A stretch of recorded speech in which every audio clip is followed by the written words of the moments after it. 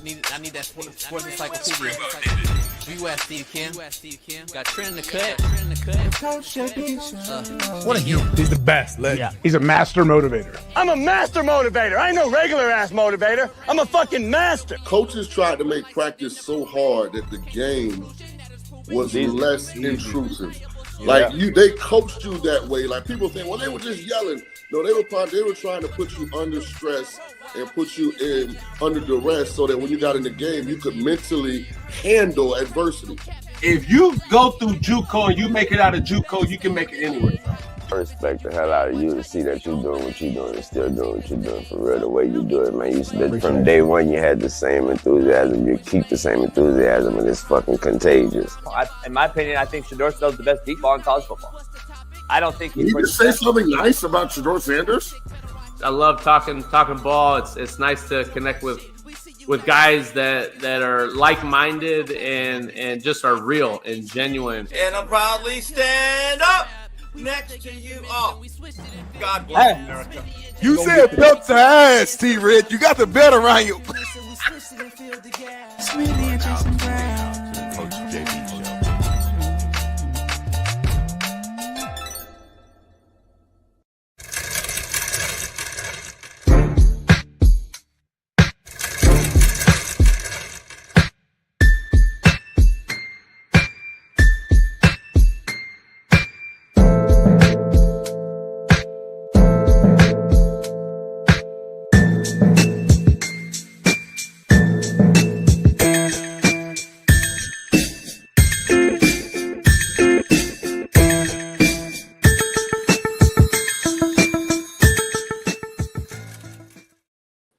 Yo, what up? We're in the building. Talk That Talk Tuesday. So talk, and I will talk back. Loaded lineup today. USC legend, NFL running back legend, Lindell White joins us in this third hour of the show. And then, of course, our main man, Steve Kim, joins us early on, and we'll dive into all things real on that. And I'm getting Steve the link. I forgot. But anyway, we are live in the building. It is Talk That Talk Tuesday. So talk, and I will talk back. Bill Belichick, a different side that we have ever seen before. We're going to dive into it on the Realest Show on Planet Earth. Become a member today. $36 a year, $2.99 a month. You spend $8 a day on coffee. Stop playing with us. Member up. Make this the realest, best, most special show on planet Earth. Member up today. We should have 5,000 of you by now. Bill Belichick is a gridiron legend, but quickly becoming an internet meme as he continues to put himself in questionable positions with this 24-year-old girl. I'm going to say 24-year-old girl. Each his own. But this is Bill. This is a Bill Belichick issue. And I don't know if myself or anyone else saw this coming into our world as he transitions to college football as North Carolina's head football coach. Jimmy Butler's addition to the Warriors could put Steph in position to one-up LeBron as the Lakers face elimination tomorrow. And as the Warriors look to advance to the second round, Steph on a bad night still did enough to push the Warriors past the Rockets to go up 3-1.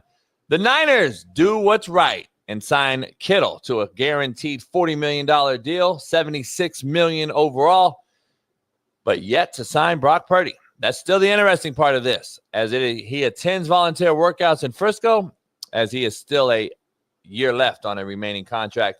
The NBA play-in tournament could go down as the addition that killed the NBA. Yes, I said it. The Miami Heat should have never been in the playoffs. They were a 10 seed for a reason. They got a play-in and moved up and got an 8 seed. And then they get swept in a fashion that we haven't seen a team get swept on in years. It was embarrassing for the NBA and Adam Silver. 55 points last night on a elimination game. What a joke. Third worst blowout ever in NBA history. Wow. That's all I can say. The NBA has an identity crisis as to what they want to be.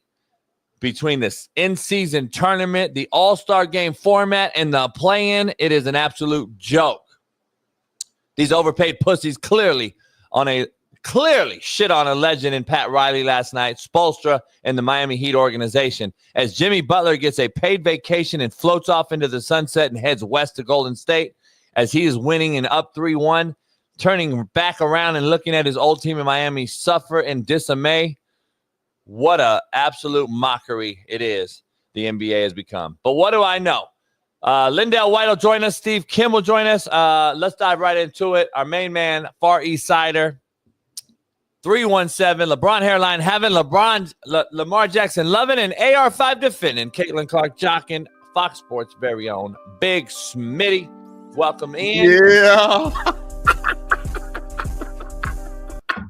What's going on, y'all? What's going on, man? We got my man JB here. Very low energy, so I'm gonna bring the energy up right now. I need the same exact energy we had yesterday's show for today's show and every show moving forward. Once you show me who you are, be that person consistently. I don't want the ebbs and flows because I'm tired. I don't have my coffee. This is a show. This is a prime time show. We need prime time energy every single time, and it wouldn't be us without Young Bailey in the background getting on my last nerves, but I love him.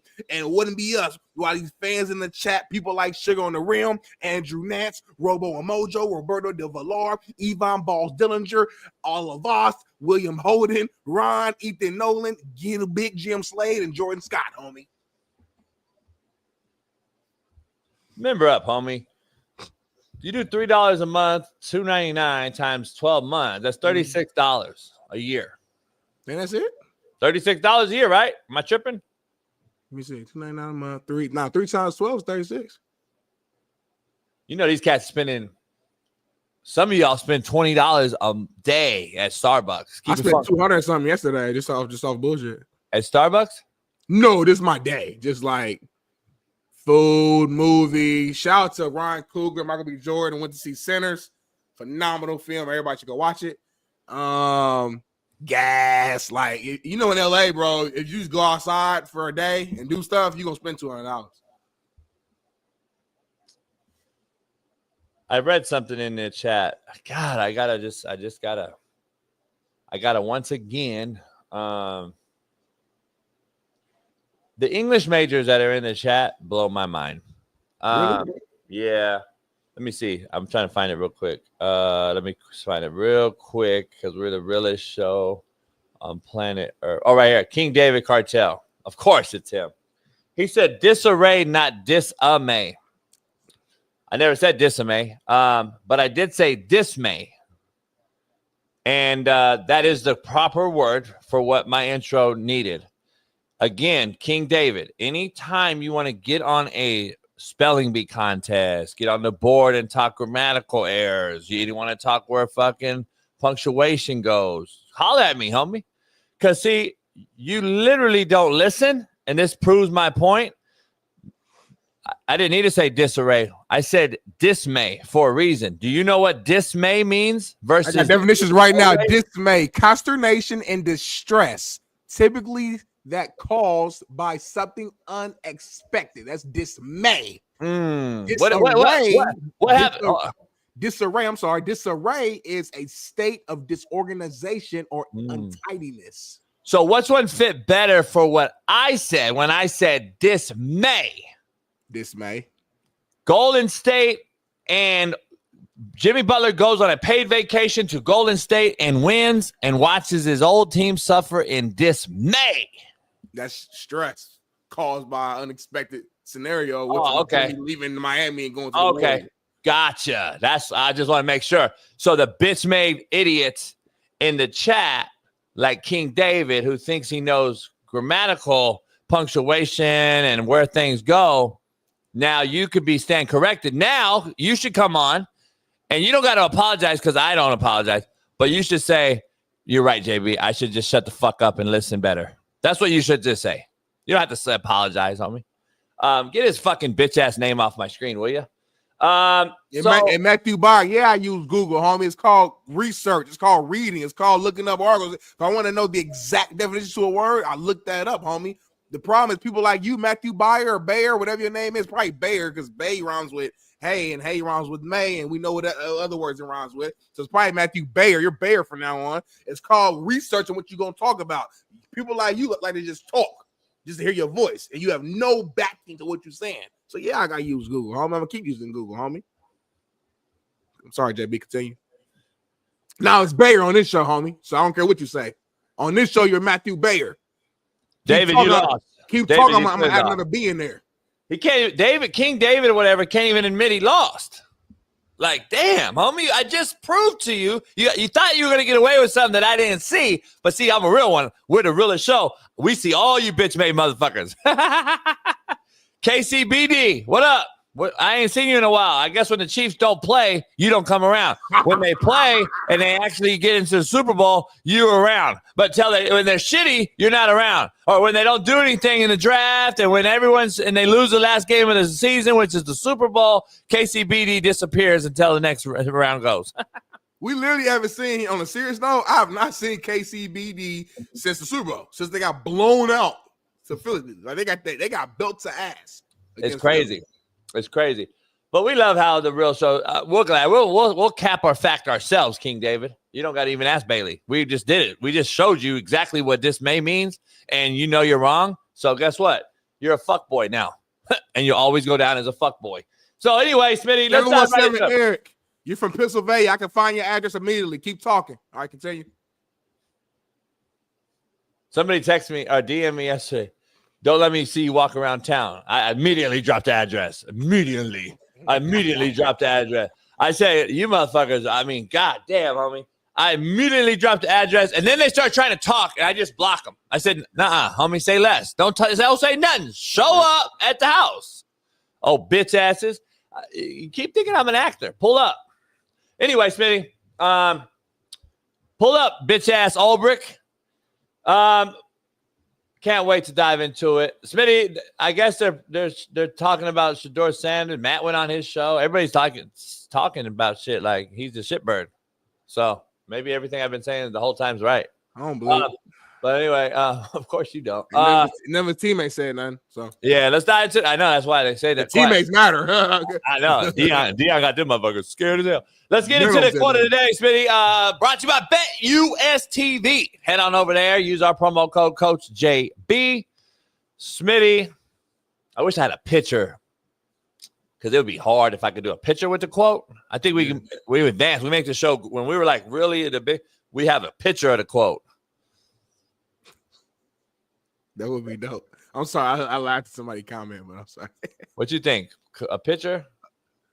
I mean, let's try it out. Like have like a little quote, like a little quote card, so to speak. Boom, boom. JB's quote. Possibly in between us. You read it, and then it's like a visual. Yeah. It'd be cool. It'd be cool. Something different. 2025. Bailey, see if you can find that. Because there probably is that floating around that you could pull up in the private chat if you know what I'm saying. So, Smitty, give Bailey 1 second before we drop the quote of the day. Give him a second. Smitty, this quote of the day.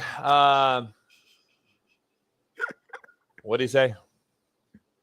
It's the little homie T Merciless. He like 17. He need to chill out. You can't say this, but he said, I'm Smitty and JB's YN. That switches on me at all times.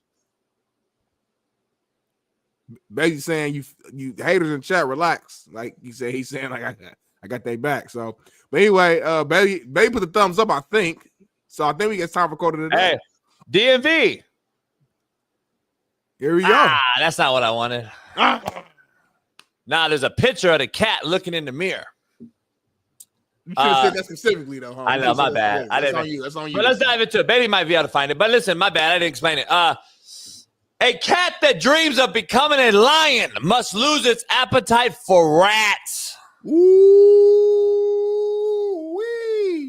I like that, homie. I like that. I don't like rats either. You like rats? No. Yeah. Here you go. Here you go. What? Homie.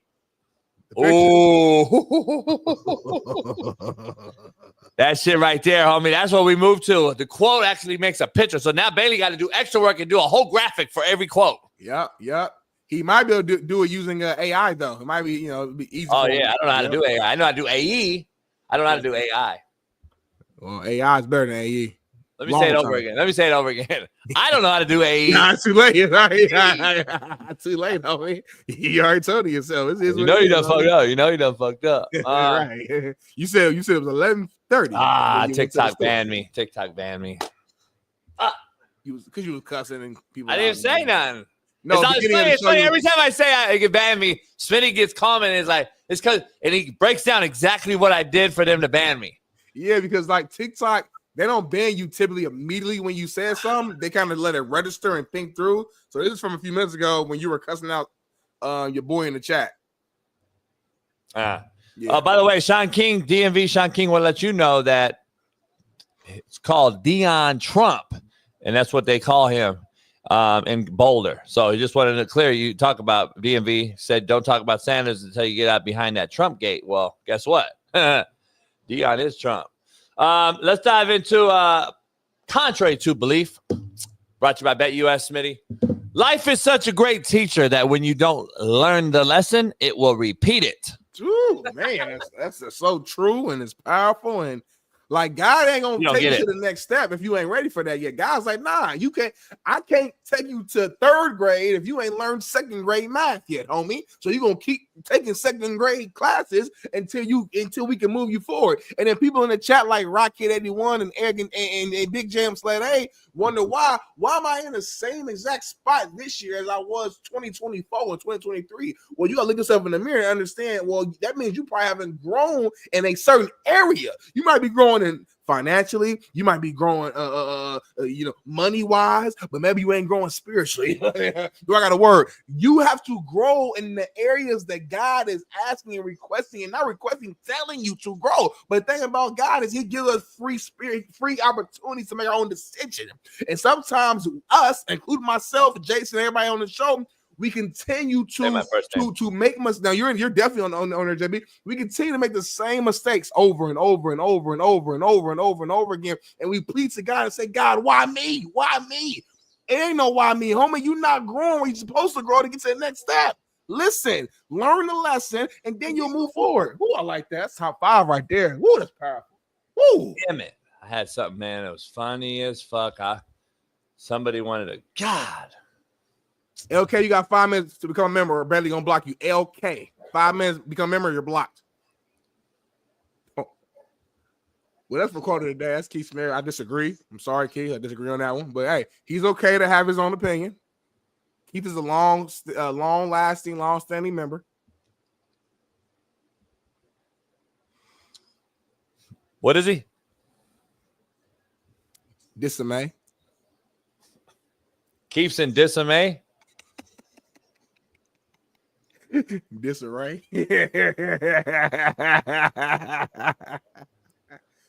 Oh man. Homie. Shout out to Eddie Manyweather, man. He got a new avatar. You got what? He got a new picture of himself, like when he was a baby. Hey Bailey, I don't know if you could get this or not. I don't know how this new Mac works, dog. Does that work? Can you grab me that image or no? You shouldn't have got a new Mac if you don't know how to use it. You should have had them walk you through it before you bought it. I had to though. You bought it from the hood. You didn't go to Best Buy or that. Like you got that from like the hood. No, I got Best Buy. Oh, you actually went to the store. Okay. Yeah.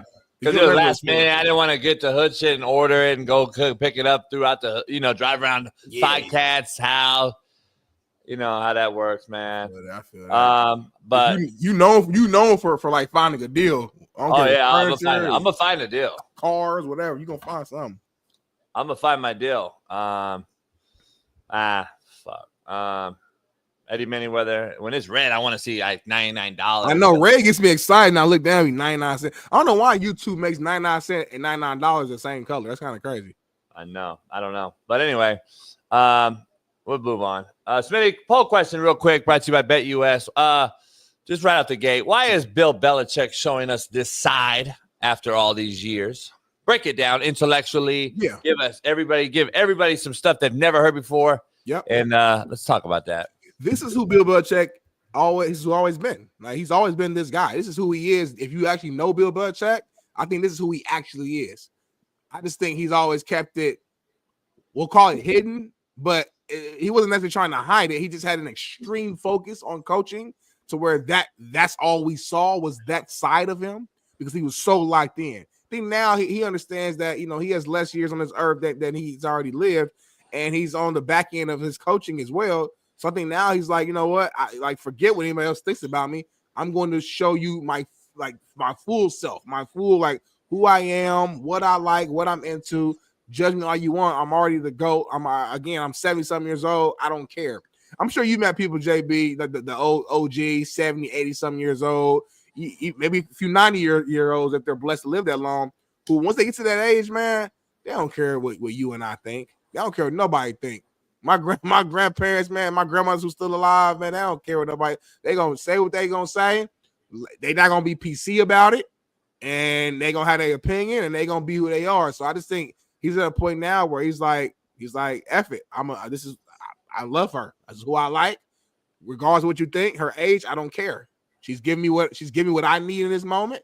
I'm giving her what she needs in this moment. It's an agreement, whatever that agreement is, but behind the scenes, and that's what it is. Like it, love it, hate it. It's not illegal. I ain't doing nothing wrong from a legal standpoint. You can argue morals all day, but we all fall short of morality if you want to really dive into the closet and dive into the weeds of things. So I think that's where Belichick's at right now, and he just don't give a fuck.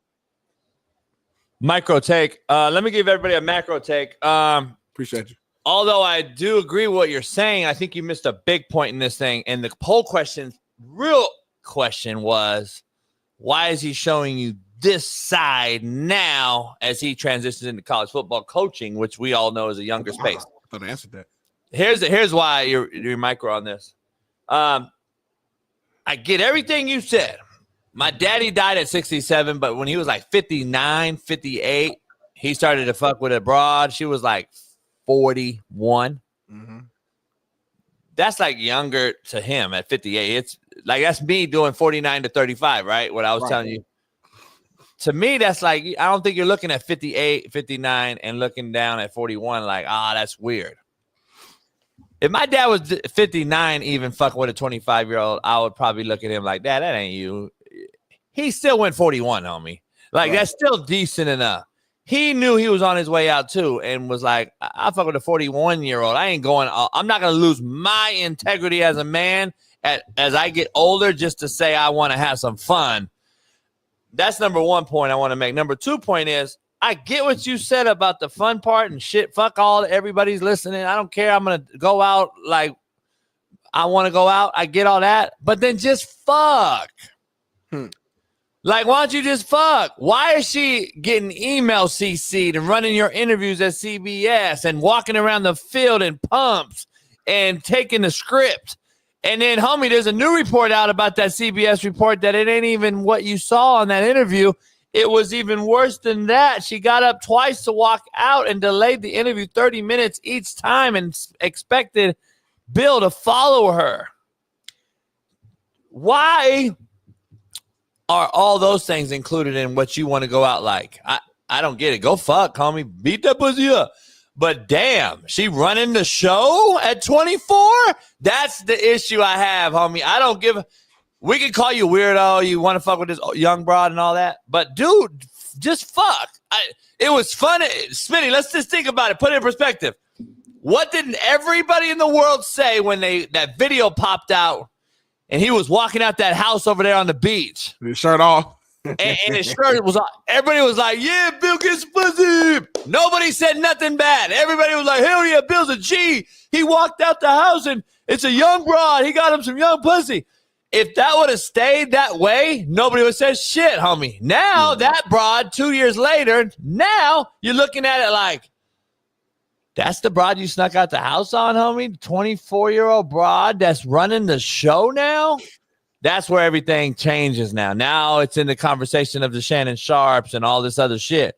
Only difference is there's no allegations or anything, but they're probably coming because the more you let her in, woo, it's going to be harder to get her out.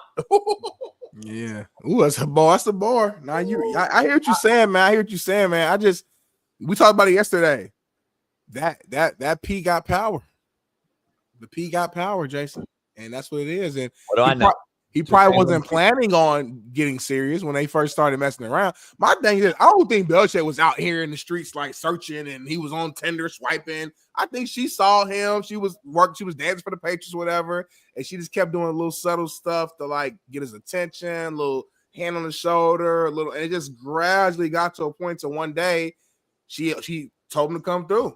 And he smashed. He's like, that's kind of cool. Like, I ain't had this in years. I ain't had a chance to just take a deep breath. Like I'm in college again. And it just makes him feel young and makes him feel. And she probably fucking the shit out of him, JB. Let's just call it what it is. And his old ass ain't had that in a long time. So now he's like, he did it again. And now he's at the point where he's like, man, like she's probably smart. Helps keeps him organized. He don't want to keep track with his emails, homie. So she's doing all the stuff that he don't want to do. All the stuff that he don't really feel like doing.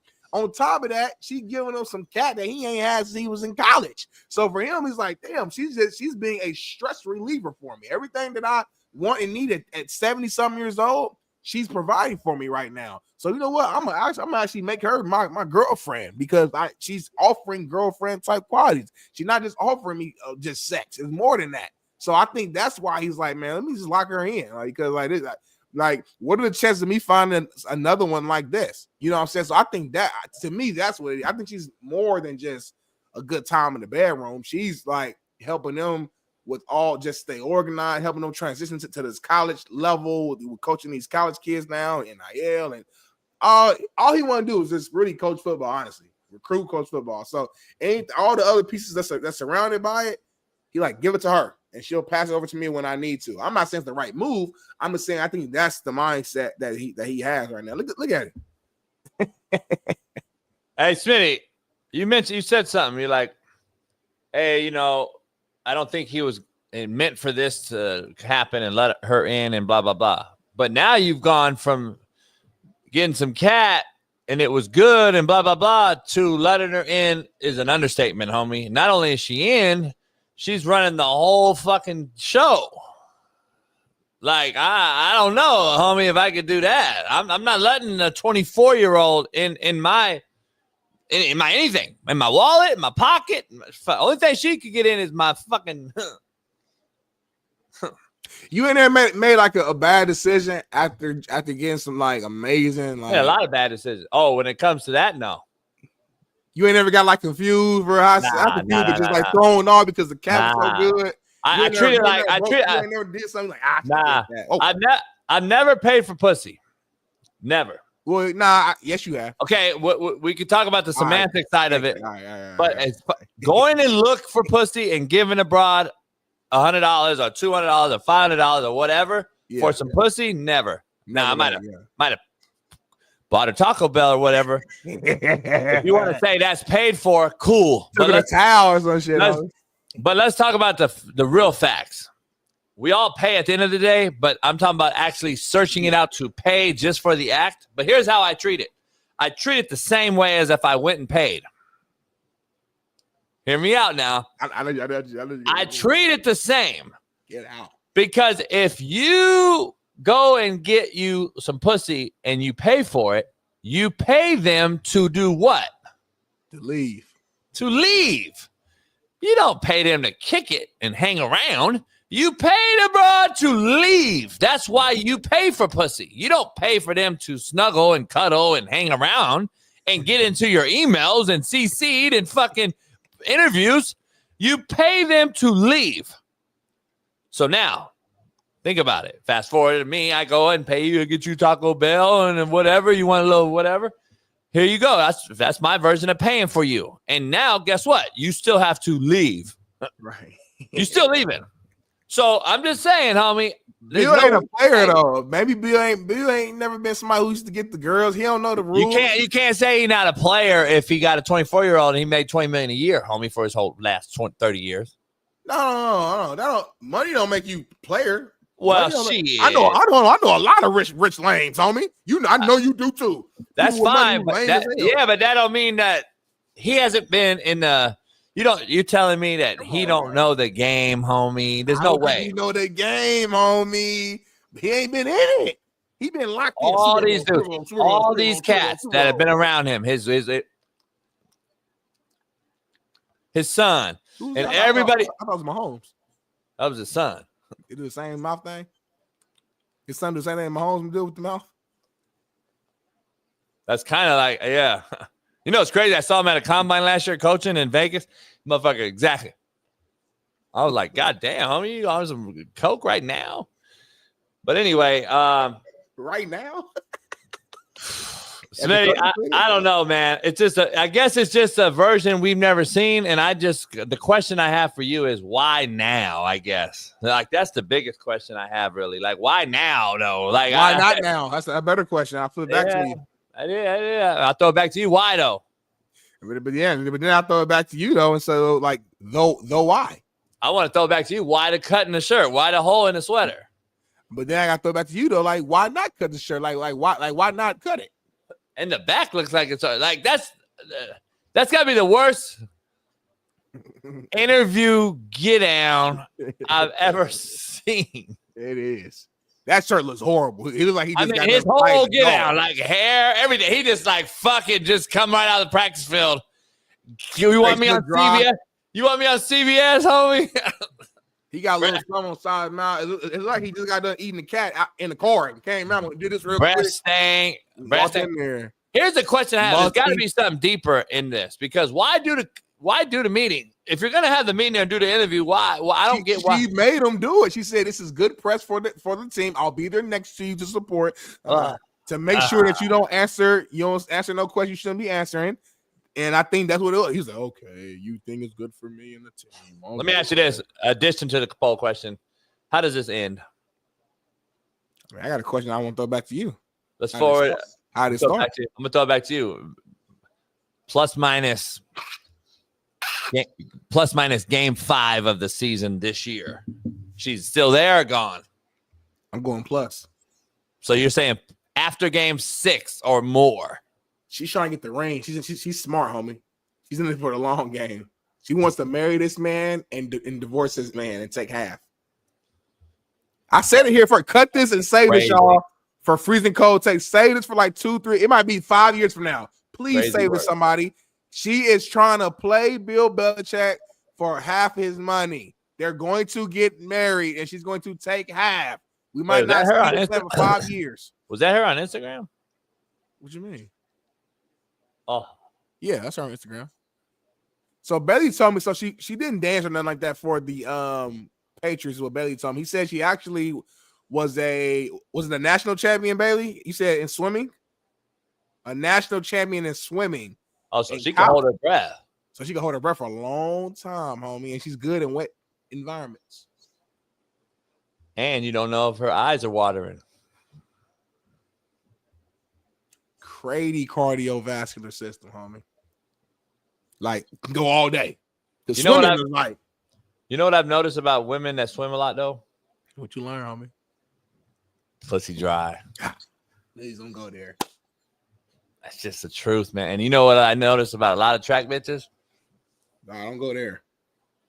Pussy stank. Huh. It's just truth, man. Are you sure? Are you sure it's the cat? I'm sure, yeah. or it's like the underarm? Oh, no. I know that. I would know that. I know the difference. Let me fact check what I told Darnell. Come on, Bailey. You pull your shit out and your shit stink. It ain't the underarm, is it? Hi, Coach. She won a national championship at Bridgewater State University for cheerleading. I knew I wasn't tripping. I could have sworn she was a cheerleader. I was like, all right. But I don't think she cheerleaded for. Are you sure she didn't cheer with the Patriots? Like, are you sure? I remember said Bridgewater State. That sound like a TV show. Is that for that movie? Is that from fucking Johnny Be Good, homie? Bridgerton is a show. No, it sounds like Blue Mountain State from that. Blue Mountain State, yeah, it sounds like one of those type shows. That was the shit back in the day. But anyway, I knew she was a cheerleader. Thanks for clarifying that. So yeah, okay, I knew she was. Yeah, homie. See, I told you, chlorine dries out your shit, your labia. That makes sense, but I can't give you the track. I can't give you the track stuff. It's too many. It's too many examples of track people. I can't give you that. Oh, there is a lot. There's too many examples on the opposite end. I've had a couple that didn't, but I'm just saying, like, and I'm just saying. We got people come on our show who used to run track at a high level, and I'm gonna keep it at that. You can't. Yeah, I know that, but I know about that. It's not good. Huh? Hey, Leah, said, Leah, Leah said she's a high-paid escort, homie. So with no LOL. If Leah said it, it's a fact too. Put her quote up. I want to see it on the screen. Everybody can see it. Why you want to see the quote? She got like a new avatar or something. I don't know. Every time I see this picture, it's like it's new. Like she's like, it's like a true photo shoot. It's like she's laid out on a bed or it's one of those couches that you can like make into a bed. And she's like laid out all the way, like dressed up, dolled up, hair, everything. It's interesting. I don't get why it's interesting though. It is interesting that she got like a full, because most people got like pictures like this, like this lane, like this is a J. So she got a full. I don't like photo that guy's shoot name. I don't like his name under lowercase. Yeah, it's disrespectful to itself, which I guess if you want to do that, that's cool, but it's stupid to know that. King David, where you at? King David, where you at? Why aren't you correcting his grammatical mistakes? I don't know what Jason's talking about. Say that on screen before I get man out of this breaking neck or something. Oh, my bad. I don't like a lowercase Jason. Smitty needs men rehab. Yeah, this guy's he's what we call a tard. Nah, he's always in the show. I used to pay attention to him. Oh, really? He real lame. He's like 8 years old. You're a real one to see him before. Yeah, I've seen him before. I see a lot of things in the chat, homie. Yeah. I got a little list of like, I got name, I got addresses, I got a whole little document I put there just in case. But let's move forward though. Let's go to what's happening now, man. Let's go to what's happening now. That's me on the right. JB, I know you had a really good topic for today, man. I never know what's happening now until it happens. So I'm gonna just throw it to you and see what you're gonna talk about. Hope it's nothing I have no idea what's happening now. So none of us know. That's great. So how would I have a great topic?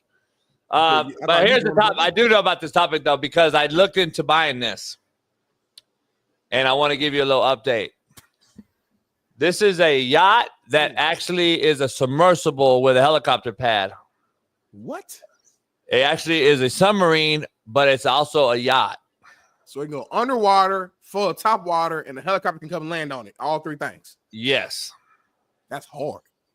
So what happened is my homeboy does real estate for high-end like motorhomes, yachts, things like this. Yeah. This is a probate sale that I could get it on the low. Probate sale means the person died on it, and I could get it on the low. Define the low. Well, it's going for $2 billion with a B. Okay. So I hit up Elon in there, and this shit crazy. He got like a snow trap. He can drive. He can drive on land too. So I'm gonna try to get it for like 300 mil. That's a very specific number. I just wondered, like, are you you think you able to can you afford that, homie? Huh? Can you afford 300 million? I bet you have. They paying that shit. Give me half. Now listen, real shit. If I pull up in this, now you got to start questioning my. I'd be like, oh no, homie. Just say I'm a liar, homie. I'm up here busting my ass. Wait, JB got it. What?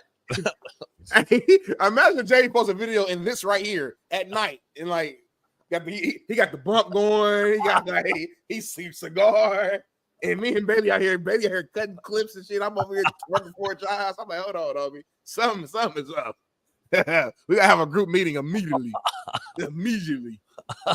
That's hard though. That's $2 billion. I don't know what I would do with that. I don't think I want that though. Real talk. I mean, it's got extension. It got a pool. It got two pools that pull out.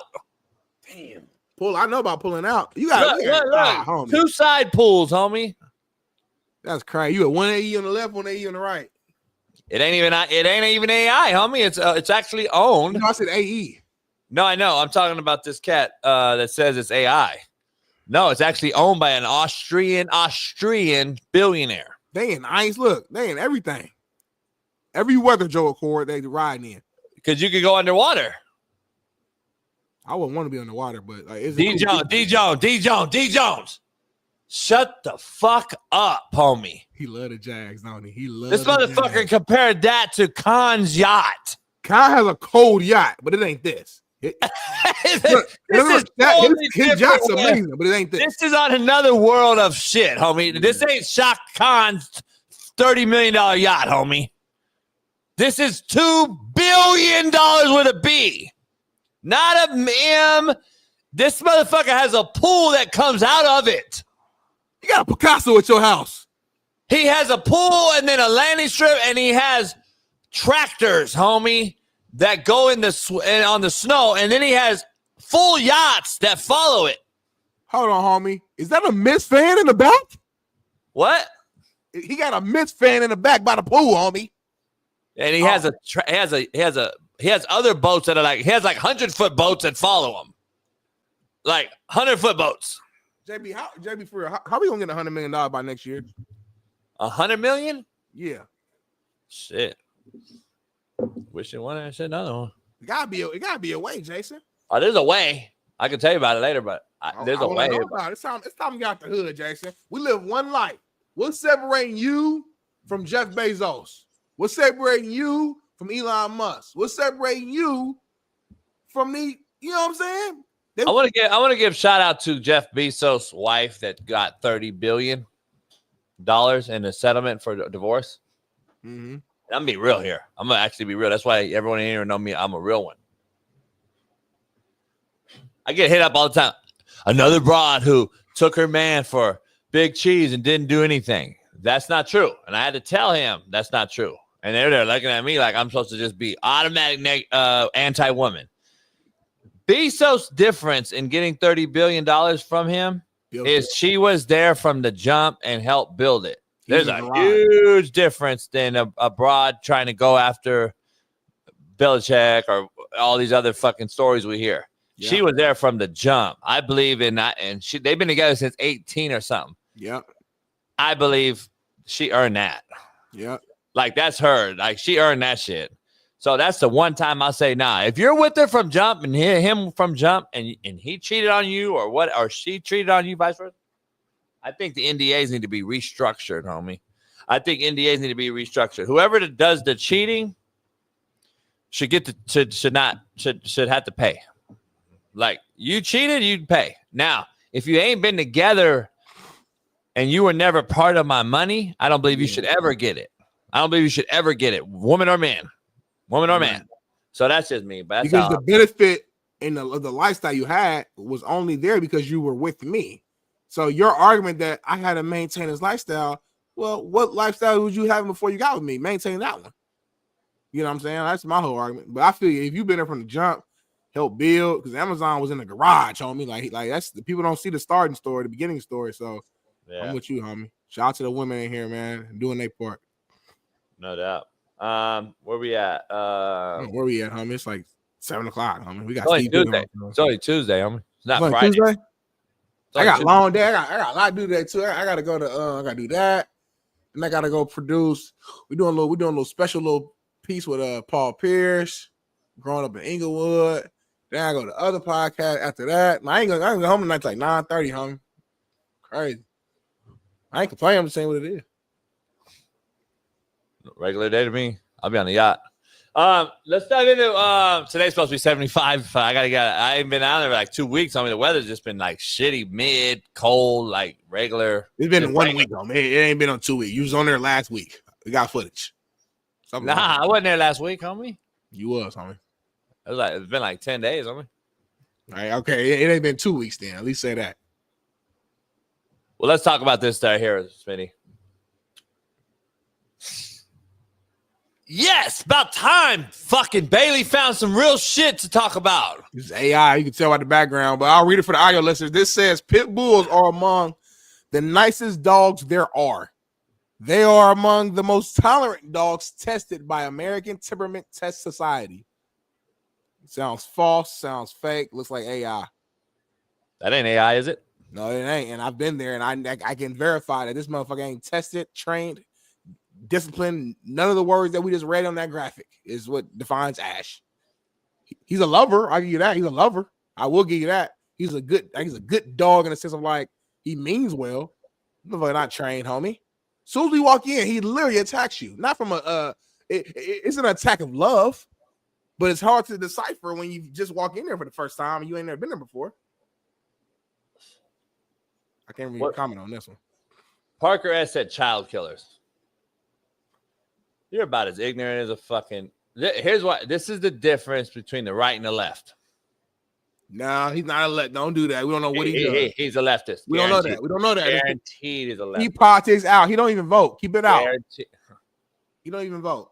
All right, now let's talk about this real quick. Parker, shut the fuck up. You don't know shit. Member up, bitch. Now let me break this down real quick, Smitty, for you. Parker, the idiots in the world like Parker will come out and say that the pit bull is the child killer. Blah, blah, blah, blah, blah. Put him down, right? That's what they're going to say. Put him down. But the pedophile motherfucking true child pedophile, it's okay to keep him alive, huh? Ain't that ironic, homie, how we do that? We'll keep a motherfucker alive who actually does the shit, but we'll put a dog down who was told what to do by the human that fucking taught him wrong. That's crazy work to me. Whatever you guys say now, it's crazy work or crazy whatever. That shit is unbelievable, homie. We'll keep a motherfucker alive that actually does shit that's unfathomable, Smitty. You and I would both put him down if a motherfucker touched our daughter, sister, mother. Like, it's a wrap. We're going to go find you. They'll keep him alive, though. But these motherfuckers do something out of instinctual responses that you taught them as the human, and you want to be putting them down real quick. I think we're fucked. We're fucked up. Humans are fucked up. OG Vincent, he said when he came over, the Ash and Callie treated him was like nicely and was kind. They were locked up when you came over, if I recall. And I think they snuck out at the end of the night. And at that point, they were just distracted between people there. So they just were running around. You didn't get the full Ash treatment. Callie's cool. Callie's fine. When you walk in, if it's just like you and you walk in, Ash is going to attack you. He's going to jump over you. If you're a shorter person, he might knock you over. He's going to jump into your chest, attack you like that. Face. Bailey knows. I bet he laughing. Bailey knows what I'm talking about. Like, Ash is going to jump all over you. He's going to destroy whatever clothes you're wearing. So do not wear anything nice at JB's house. Wear some sweats. I wear sweats every single time. Don't wear no nice shirt. He's going to rip it. And again, it's out of love, but two things can be true, homie. He's 300 pounds, and he's jumping on you and slobbering on you, spitting on you. Yeah. Pit bulls are the best dog in the world. Fact. And it ain't better than German Shepherds, homie. By the way, Doberman, German Shepherds, Rottweilers,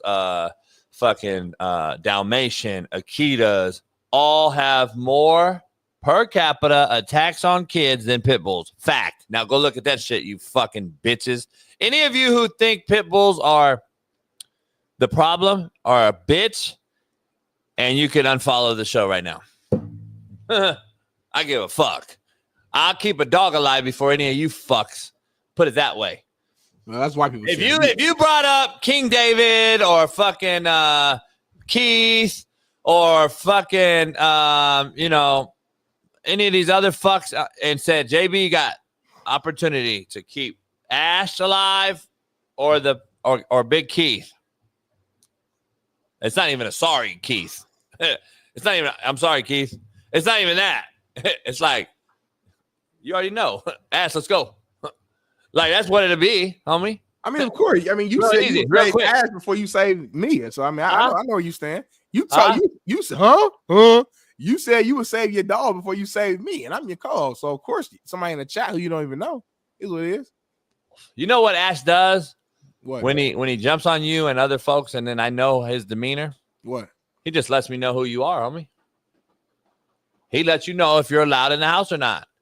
Obviously, he lets you in. You know what I'm saying? Cut his paws, son. Why is his nails so long? I told you the other day why they're long. Don't cut your dog's nails, homie. I just gave you free game. You don't listen. He be scratching the hell out of me, though. Fuck, he don't listen. He be scratching the hell out of me, though.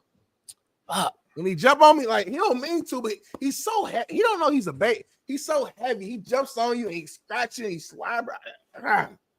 Shout out to Ash. Shout out to Ash. He means well. I just like Callie. Like, I could babysit Callie. Like, Callie cool. Callie come on there. Do nothing.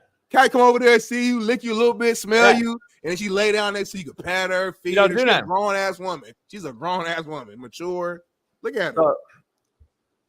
I'm just saying, dog. You don't appreciate Callie. That's the thing. You really don't. I take Ash around, so I pull up, Megan's Law, and I pull up Megan's Law when you buy a house, certain place. I pull up Megan's Law right out the gate, right? Mm-hmm. You know what that is, right? Nope. I ain't got a house yet. I've been renting my whole life. I've never been in a house. Okay, you don't have to have a house to pull up Megan's Law right now on your computer. I grew up in poverty, homie. Pull up Megan's Law on your computer right now, and then it'll ask you to type in your address, Smitty. Type in your address. Hell no, I'm gonna type in your address. Give me your address. No, homie. I don't live on Prairie. Pull up your address. Oh, this is for damn. I mean, I see you. I see it. It's for Everybody out there, if you live in a house and all you youngsters don't know what fucking Megan's Law is, you guys are goddamn, homie. I gotta teach you so much on this show. I appreciate that. I didn't know that. Anyway, the red is what you need to worry about. The blue ones are like convicted or been accused and they are out and they're going through whatever program they're in. The red ones are like full blown. They've already been caught. Why they're out, I have no idea. Why they're out of jail, I have no idea. There's another way. There's another site because my wife looked this up before we moved over here. Smitty, that's you right there. I don't think she used Megan's Law. That's what I do. Yeah, it's literally me that day, I think. Yeah. That's what I do when I pull up to Megan's Laws and I walk Ash around. I walk Ash around the houses, homie. I walk Ash around all the houses in Megan's Law, homie. Make sure you look. No, you pull up. If you pull up, homie, he smells you, homie. It's a wrap. It's a wrap, just like that. Unmute it right quick, baby. That's you, ain't it? I can't walk in the house. You about to fucking attack me. Like you. I know. Chill. Why is he mad or is he happy? How you happy, homie? Scary ass. Yeah, I'm from you don't like swimming or dogs, homie. Yeah. From the hood. No. You hear him? Sit. Damn. Hungry. Stop. Hungry as hell. He's trying to get something to give to you. Give him something to eat. Nah, he's trying to give you like something. Motherfucker trying to kill me as soon as I walk in, homie. I said, is he happy or mad? You said he's happy. Scary ass. 203 grants because you're a bitch. You wouldn't do nothing. 203 grants. Have you seen that big slope on my back of my house? The big hill I have? That's where you'll be buried, motherfucker. You wouldn't sue shit. Nobody even know you was at the house. Motherfucker, you wouldn't even know. Nobody would even know you at the house, dummy.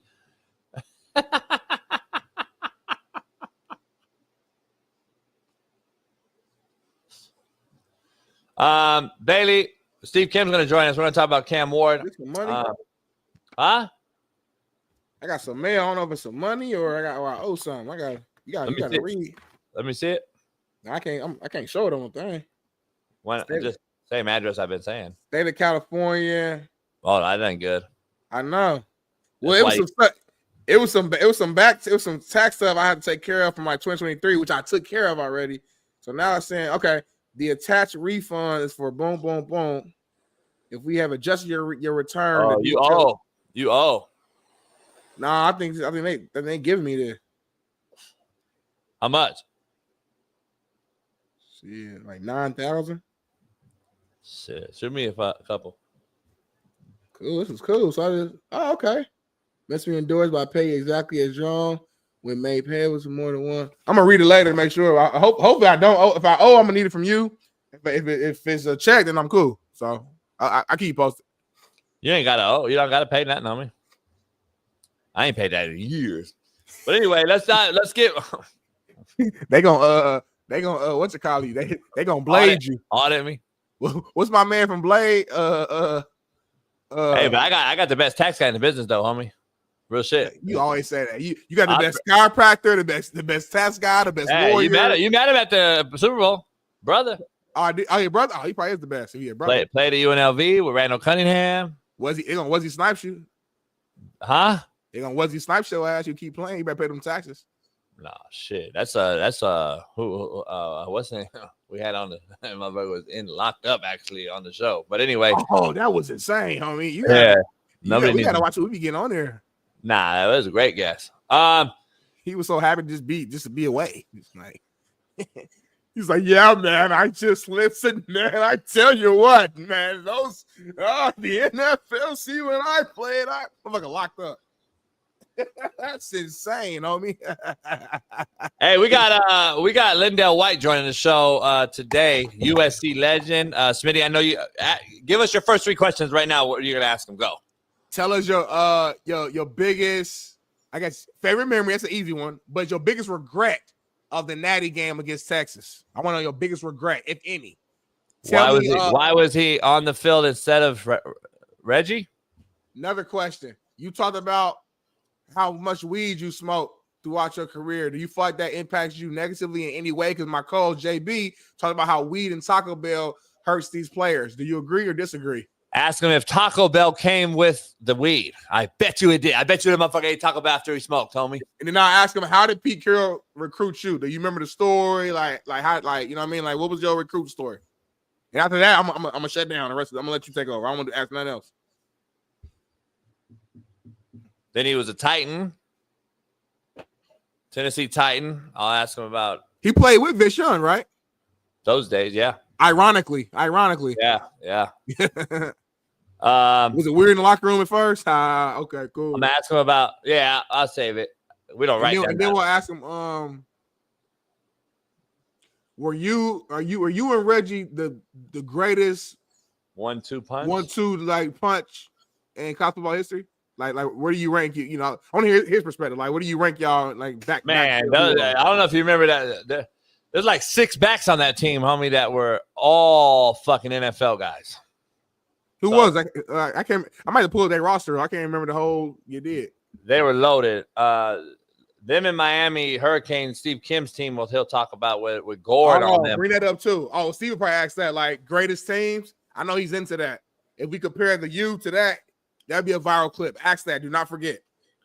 Yeah. Chat. If JB forgets to ask that question about the greatest team between the Miami Hurricane was it 01 or whatever versus the 04 or 05 SC, remind him. And then ask him about what he would make in the current NIL deal. That's always a good question with these gats because they probably look at it like, and then follow up and ask him how much did he make when it wasn't NIL.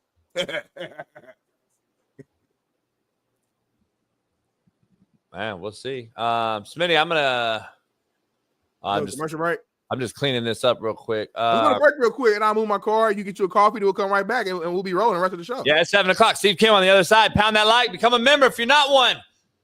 Be back in 3. Peace.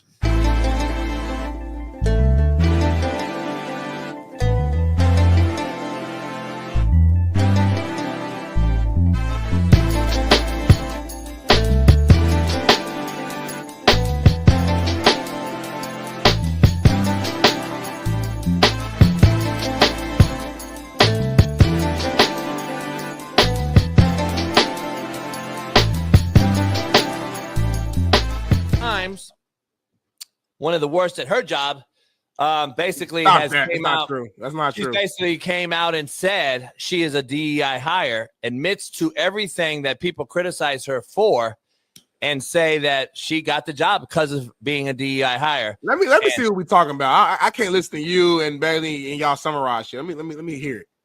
I'm in Green Bay in my glamorous hotel room getting ready for today's episode of NFL Live. I saw this comment. And I wanted to address it because, look, I get called DEI all day, every day, as of like the last year or so. And no, there was no edict from anyone at ESPN to say, oh man, you know what we really need? An Asian female NFL analyst. We gotta just find one. That's what the people are clamoring for. So I was not hired in that way. But I do think diversity, equity, inclusion, the concept of it, what it represents, applies to my initial hire at ESPN. I was a business journalist and investigative reporter for Fortune magazine, Bloomberg, Business Week, but I also love football, and I wrote a personal essay about football. And the editors at ESPN magazine reached out to me and said, hey, we're trying to think outside the box and expand our scope for the types of people we hire because we want some different viewpoints and to find talent in different places we hadn't considered. Would you ever consider switching to being a sports writer? That is what diversity, equity, inclusion is all about.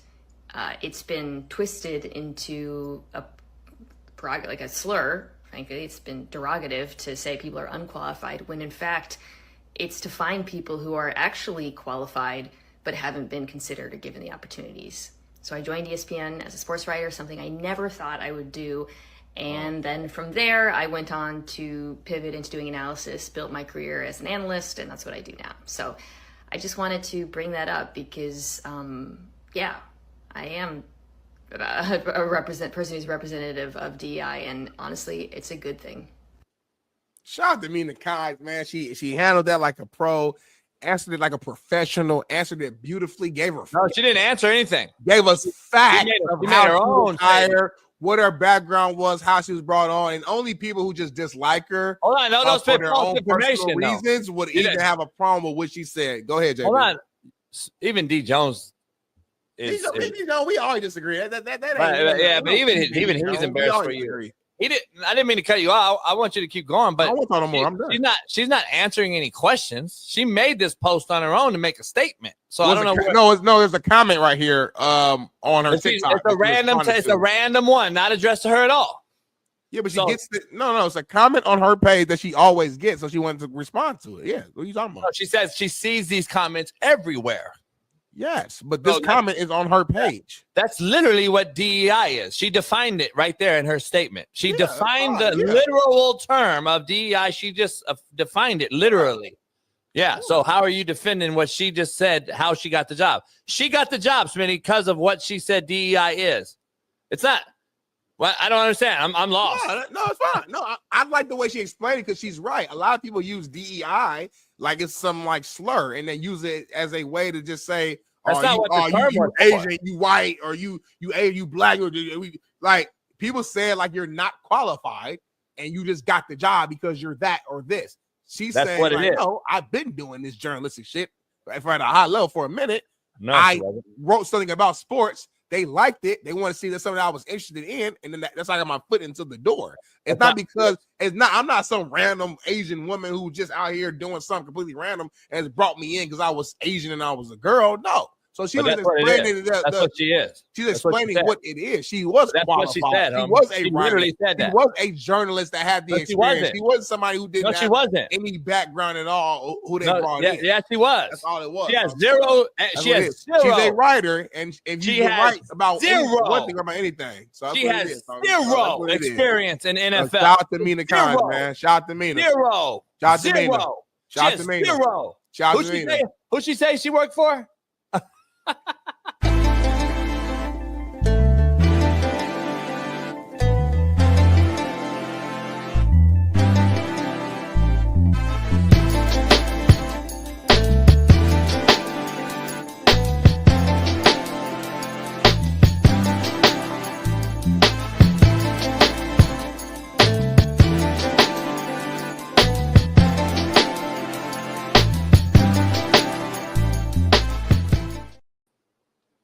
Yeah, we are back in the building.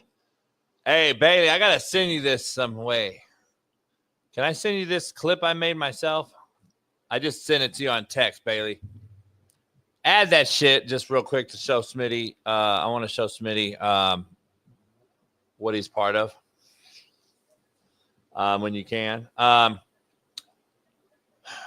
We'll add that later on, though, Bailey, so don't rush. Our main man, the Korean Cosell himself, the co-host of Jason Whitlock's Fearless and the three knockdown rule with Mario Lopez. Our main man, Steve Kim, joins us. Steve, what up? Good morning. Morning to you. Good Tuesday. Hey, good Tuesday. You and I are going to have a watch party at the Palooza Lounge with Charleston White soon. And I know you said that'll be like, is that like a bucket list? Bucket list for you to sit and just watch the draft with him? You know, depends on how long the bucket list is. He would be on that Mount Rushmore. Let me see. My bucket list would be this of people I would like to sit down and have dinner with or hang out. Charleston White, Thomas Sowell, first name, Jimmy Johnson, and bringing back the ghost of the great marvelous Marvin Nathaniel Hagler. So if I could do two of those three that are available, that would be good. And who else? I'm pretty good there. So those three guys would be okay by me. No Mina, no Mel Kiper. That would be interesting. Another one. I'd actually like to do a football. He dismissed that shit, Smitty. He dismissed those two names. Who? The guy that did the Spygate for Jim Harbaugh in Michigan. I found that guy to be fascinating. Oh, the guy who had that documentary. Pathologically intelligent. I would love to pick his brain and just watch football, because he did some things that I'm like, Counter Stallion. Connor Stallion. That is proprietary information that he came up with by himself. And I was like, wow, someone should hire him. They probably can't publicly or admit it. But if I was running the Rooftop Koreans, my franchise would be like, Connor, you're in charge of advanced scouting and other stuff. Other stuff. I love it. Man. Well, hey, Smitty, real quick before you start, we got a little clip real quick of Steve Kim's main man, Charleston White, as he discussed. Yeah, no hating. Nah. As he discusses Shador Sanders. Take a listen. I'm not gonna say the boy ain't a good quarterback, but he ain't no Tom Brady. He ain't no Danny White, no John Marino. That's what he trained with, though. He ain't none of that. The boy at best that John Marino. is a second string, third string quarterback, but he is not a starter. And then you don't want this prima donna coming to your team. As a white NFL owner of a team that would like to win, you don't want this prima donna. You want one of them fast running quarterbacks like Michael Vick that's poor. I'm feeling out, but it ain't gone. Quarterback. You don't want a rich quarterback driving a Rolls Royce already with big jewelry on his neck, living in big houses, buying his dad houses. This don't want no Super Bowl. He just want to say down, said Hutch. But if you go get a Poe nigga, boy, Poe go do everything that white coach said do. That coach tell him, come on, boy, let me talk to you. I told you to run this play. That Poe quarterback is go bow down and listen to that white coach and do everything that white coach said. Here you got a with money already. Smitty, you couldn't. Those two baskets behind them, I would kill you in that game, by the way. Bailey, let's get back to Steve. Steve, yeah, I'd kill Smitty. I'm so quick. I get both hands. I broke like 3 records in that game. You're horrible with your left. So that's false, but continue. I could do both. Steve, real quick, the Shador Sanders talk continues because a lot of things are coming out. You made a comment yesterday that Matt was honest on his take. Bailey produced, but Bailey came out this morning before the show. What's your take on Matt's take on what he said about Shador and everything that Matt came up with? Matt. Stick your heels in the ground. Do not move. Do not backpedal. You said it. You said it and stick with it because everything you said has been backed up. I've even made some phone calls, and I don't think people understand how bad Shador Sanders was pre-draft. He had a terrible pre-draft process by far of any big-name quarterback, I believe, in history of football. Let's take a listen to the clip.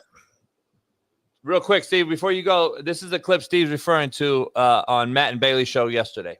He's going to go win the job in Cleveland, and I think he's going to play there for a long time and be a really good player. I'm simply saying right now, if I'm him, I'm taking this opportunity to make football first. Because what I heard about him in the meetings, and this is coming from inside NFL people too, like front office types, keep in mind that I, kind of know a lot of people. So I started making some phone calls and questioning, like, okay, is this just anonymous hate, or were his meetings really that bad? And what I heard was his whiteboard work. Like he struggled lining up the offense correctly in anything but spread sets, and he couldn't identify defenses, and he doesn't know pass protections, and he's just like he's playing checkers instead of chess. If you don't ever put your quarterback in professional situations, under center, moving the pocket and sprint and bootleg, multiple tight ends on the field, running zone and scissor concepts, fullback on the field. Again, professional stack concepts, lots of motion patterns, the ability to drain the clock, the ability to run the ball, changing the play at the line of scrimmage, understanding that he's responsible for the pass protection, not the offensive line. The offensive line will do what you tell it to do. Their job is to protect you. Your job is to protect you. Walking in and being able to line up 11 3-by-1 tight end ISO left close bunch right nasty under Sam Stack strong safety force cover one fence man. Where's the squeeze gap? How do we run Gator? How do we run Sally? This all needs to happen pre-snap. You know what I'm saying? And getting up there and just busting it out, telling everybody what it is, and the coaches are like, holy shit, this kid's a brain. Instead of what I read and heard, that he's sitting there in meetings with his hat cocked and his fucking headphones on that are still playing while he's talking to the coaches, and he's all nonchalant talking about, well, if you don't like me, don't draft me. And the men in those rooms went, okay, we'll call your bluff.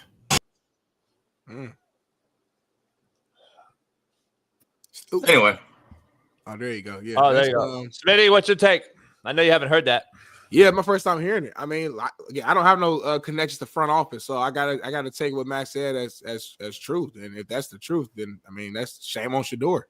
Shame on Shador for going into those meetings unprofessional, not taking it seriously, not acting like this is your dream. Go ahead, Jason. Shame on Dion. Let's keep it real, homie. Stop with this Shador shit. And one day he's a kid, and then the next day Dion continues to get pass after pass. Deion Sanders knows exactly how it is to interview for a job in the NFL, doesn't he? Yeah. Didn't he get drafted, and doesn't he understand that he is the mentor of his own son? Like, that's the problem. I've been saying this for 2 years, but I've been the fucking hater of all. Yeah, that's but Coach, crazy. Can we be realistic? Yep. And honest about Dion's process? He was such an elite level. Sure. Yeah. Once in a lifetime, prodigious prospect. Great point. This is the guy who basically drove up to the combine in a limo, whipped off the sweatsuits, broke off a 4-1, kept running, and everyone, literally, the scouts gave him a standing ovation. Like, yeah. And then when he got drafted, and he did not want to go to Detroit, wasn't south enough for him. He loved Atlanta. And he basically said, "Oh no, I ain't gonna go to Detroit. I would have asked for so much. They would have had to put me on layaway." And I'm like, "That's a man that needed a chess king endorsement." Okay? So hold on. So you're saying he should? That's a great point, Steve. His process was totally different. Yeah, I don't think he realized. Not the point at all. I was making. But go ahead. I know. I'm saying it's a good point for Steve. Yeah. He needed to say, "Shador, you're a mortal. I'm an immortal." Right. I love you. That's why I'm gonna tell you this. Yeah.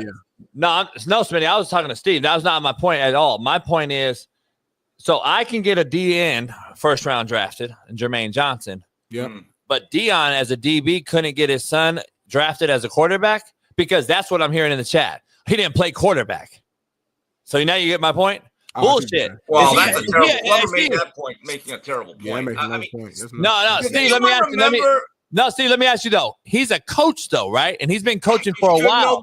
He should know better. That's my point. His job should be to get you where you could not get yourself. And as a football coach now that he is, and he claims to be, as a guy that has unbelievable leverage in the NFL, Smitty, he's Deion Sanders. You know how every owner knows him. Every GM knows him. He played with half of the guys making decisions in the NFL. You're telling me he doesn't know what the interview process is about to be? Bullshit. I'm calling bullshit. That's all I'm saying. Does anyone remember one of the most underrated HBO franchises of all time, the Chris Rock Show?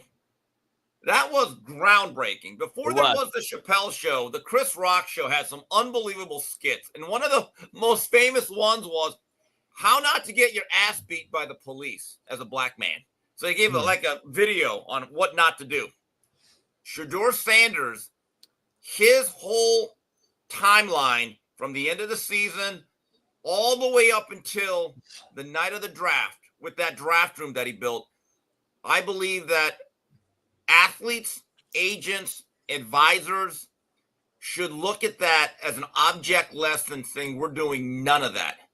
None of it. Unless you are a John Elway, Peyton Manning, Cam Newton, Trevor Lawrence graded prospect, because you might be able to get away with it at that point. But again, if you are just a mere mortal, you better go through the process correctly. Smitty, I know Smitty has to take. Smitty, I want to ask you. I want to ask you this though. I can't blame Deion Sanders for being a father that wanted to coach his son. Like that's something. I wouldn't want to do it. I've already said it. I wouldn't want to coach my son because of these issues. But also, LeBron playing with Bronny. Who wouldn't want to ever do that? Deion coaching his son. Who wouldn't want to do that if in the perfect world? Yeah. The problem is that the backside of the flip coin is you're the only one that's ever coached your son. And that's the issue that comes with this business, because this is a kid now that you like, listen, I'm all for it. Coach your kid. And I love that part of it. But like since high school in Dallas and then Jackson State in Colorado, he's never been told anything other than by his dad anything when it comes to the coaching world. So he doesn't know any other thing. And he's never truly, let's be honest, has had to compete for a job.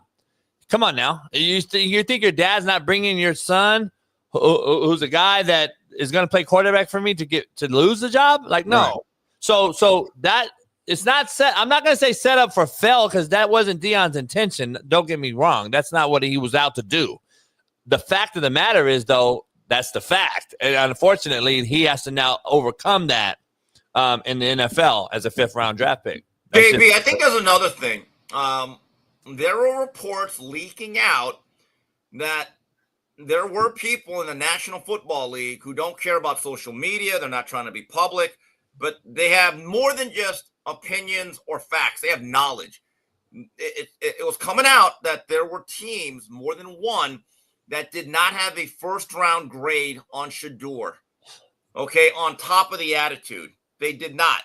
It also turns out it was more than a few teams that didn't even have him on the board. They just took him off, saying, okay, this can no. And so Confucius, let me clear my throat. Never confuse, okay, consensus for collusion or conspiracy. So the consensus was he was never a 1st-rounder, like I've been saying for 2 years. Like I'm usually spot on with QBs, but what do I know? And I'm the hater. But now all of a sudden I'm Nostradamus today. I'm Nostradamus when I said he can't get on the board 2 years ago. I'm Nostradamus that I said, well, football's not really what he's about compared to like a Cam Ward. But now it's showing. And I hate that I was right. I don't know if that's true or not, but we'll see. I hate that I was right on that, though, Smitty, because at the end of the day, unfortunately, do you really hate that you were right? I mean, Coach, let's be honest. Do you really hate that you were right? Come on, Coach. I mean, I've been right about Mahomes forever, but nobody gives me credit about that. But anyway, you know, it's the same thing, Smitty. It's the same thing, Steve. I just don't think the kid's very good. But if you say that against this family, you're a hater. And at the end of the day, I don't believe his quarterback class is very good, Steve. I've been saying that with you for over a year on this show. It's not very good. The Titans got their franchise quarterback. And by the way, Cam, we are so proud. Hold on. Hey, wait. Hold on. Just watching him get his jersey. Warren Moon. I didn't get to see it. The great Warren Moon came out there and said, here, watch this. Listen. Well, they didn't show this because they were talking about Shador not getting drafted. Play sound.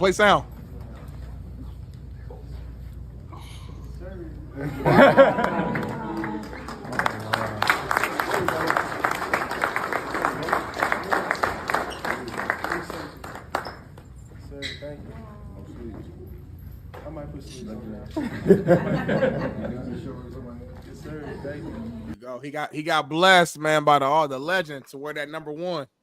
That's huge. You know what's fucked up? Take these tears out of my slanted eyes.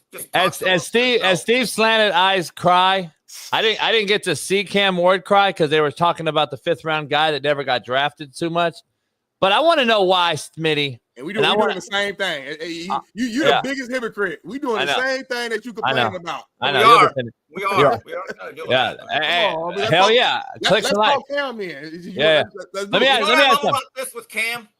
I hope that they ask him about this dynamic. He just said it's over. We're going to work now. I don't want him wallowing in it because in life, you aim to be envied. You do not beg to be respected. Now, I just want Cam to go to work, get to Tennessee, get to know all your teammates, immerse yourself in that community, and be the leader that you were at the University of Miami. I know one thing, the consensus is about Cam. When it came to the University of Miami, people really enjoyed him. From the very beginning, he said, okay, I'm going to set myself as the foundational leader of this locker room. I'm going to get everyone together. He did a lot of little things because he understood he got a big NIL package. Just little things that he did I thought were big that I heard of. My favorite Cam Ward story at Miami was he got all the receivers to throw together, and they never said which receiver this was. I have a feeling I know who it is. And he texted him, saying, oh, no, well, I'm doing a throwing session with such and such NFL quarterback. And Cam texted back, yeah, I just want to make this clear. He's not throwing to you this upcoming season, and I'm going to probably trust the guys that I'm throwing to now. You have a choice to make. That guy drove his ass right to where Cam was. That stuff right there I love. So Cam's got a choice here. He's got a chance.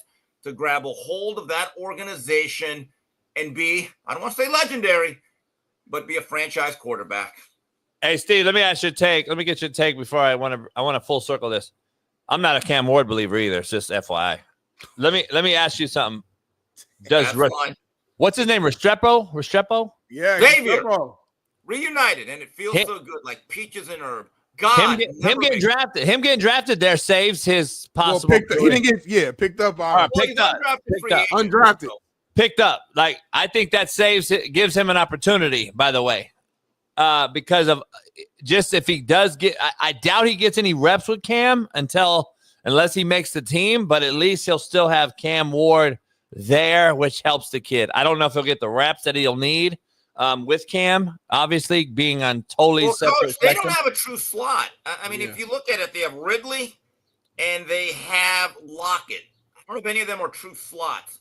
They drafted Iomanor, the big-bodied kid from Stanford that I like, and they drafted DK out of Florida, who can take the top off the defense, right? And I think they got a good tight end. They have some parts. I think one thing with Cam, the first thing he has to do, and if I'm working with Cam as his coordinator, I'm working on quick game right off the bat. And I'd say, Cam, I know you're an artist, but in the beginning, here's what I need you to do. Color between the lines. Before you start doing Picasso and Rembrandt, color between the lines. Let's play within structure. And then if you could do that, then let's expand everything else.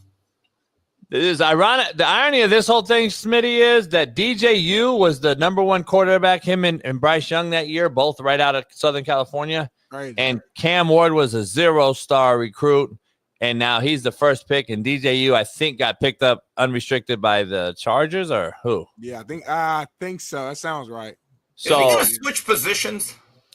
I heard that rumor, but I don't know. I'm going to ask his uncle. Two words, Logan Thomas. Yeah, he was good, Virginia Tech. I don't know if he has the speed of Logan. Logan was a very good athlete, but I don't think DJ's that athlete, though. Even when people talk about Will Howard, and I'm like, Will Howard, I think, has a better chance of being a full-time tight end and a quarterback. I don't want to hear that Will Howard won the national title. 6'5", 250, basically, is what he is, 6'5", 250. Right, which is great, but he can't really throw the ball consistently enough. Yeah, we was bragging Ken about Dorsey came very close to winning 3 national titles, was a 7th-round draft choice or 8th. Gino Torretta was a 7th with a Heisman. The problem with Will Howard is I don't think he's enough of a surgeon. I really don't. The Ohio State throw game up until the playoffs was very up and down. So, the biggest surprise to me was not that Shador dropped that far, although it did. I did think he was going to go within the first 2 nights.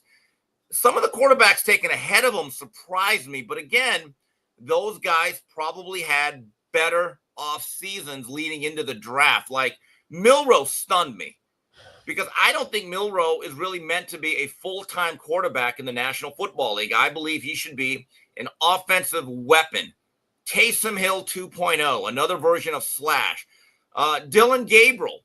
I was stunned that he was taking over Shador. I don't think he has enough arm strength to be in a cold weather climate 17 weeks out of the year. But he's a pretty good athlete. But again, he does not push the ball downfield very far all the time. So wait, you're saying that the whole class is shitty, like I've been saying? Well, outside of one guy, I think the Titans are okay. I'm not sold on him either. I think it's the worst class I've ever seen in my life. But here's the thing, Smitty, Steve, I want to ask you something real quick. Will Howard, the issue I brought up yesterday with Smitty was that I didn't hear all the crying heads out here bitching and moaning that he got drafted at in the 6th round or whatever. That's what my point was. It wasn't about. You watched the tape though. But he won the Natty though, and no one talked about it. Because Ohio State's loaded. Steve Kim could have been quarterback, and we would have won. Yeah, they also lost to Michigan. They also lost to a bad Michigan team. So you can't have it both ways. Steve, I'm just telling you this. This is going to come out to say, here's the issue I have. Shador Sanders getting picked where he got puts him behind an 8 ball that I don't believe he can recover from. For the simple fact that if the shit is true and you can't get on the board and you don't know anything but 10 personnel and 2x2 sets and 3x1 and basic shit, then the number one, you're already behind the 8 ball, in my opinion. And he has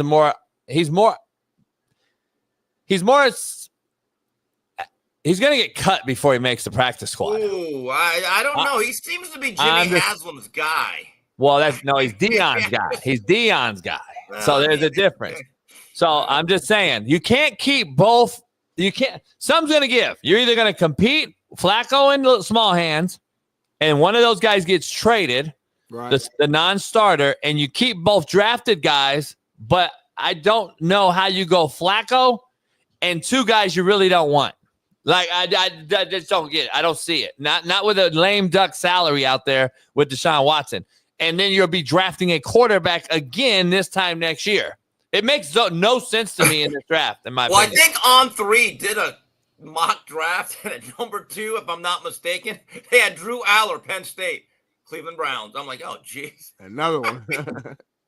I mean, are we surprised Cleveland ain't really never got a quarterback position right? You know what I'm saying? They should have kept Baker, but that's, you know. The other thing with Shador is, has he ever taken a lot of snaps right underneath center? No. And I don't know. I thought this was a troll account. That's why I didn't even say nothing. I'm not out here to fucking post shit and retweet it. I'm fucking around on draft day, but he got allocated, or not allocated. Back in the day, we would have got allocated, Smitty. Even when you got out of college, I think it was still allocations going on to go to Canada, or back in the day, NFL Europe, which I played. The World League, the Waffle. World League. Came out of there. Yeah. I guess Shador got put on the CFL's list. The Toronto Argonauts, Darian Hagan's former team. I have a feeling he's not going there. Yeah, I don't think he's going there. Yeah, I don't think he's going there. Non-topic right here. Smitty, this is what they do it for a reason, though, in case they can get you, that they can get you off of waivers or what have you. Mm-hmm. It's funny that they would do that. That's like almost to me even a I don't know, bigger slap. Like, we put you on the list. Like, it's even more drama and more headache, more stress, dismay. All this stuff don't matter, man. He got picked up. Now it's on him. Let's see what you're gonna do in preseason camp. If you're really like that, then you should be able to beat out Dylan Gabriel.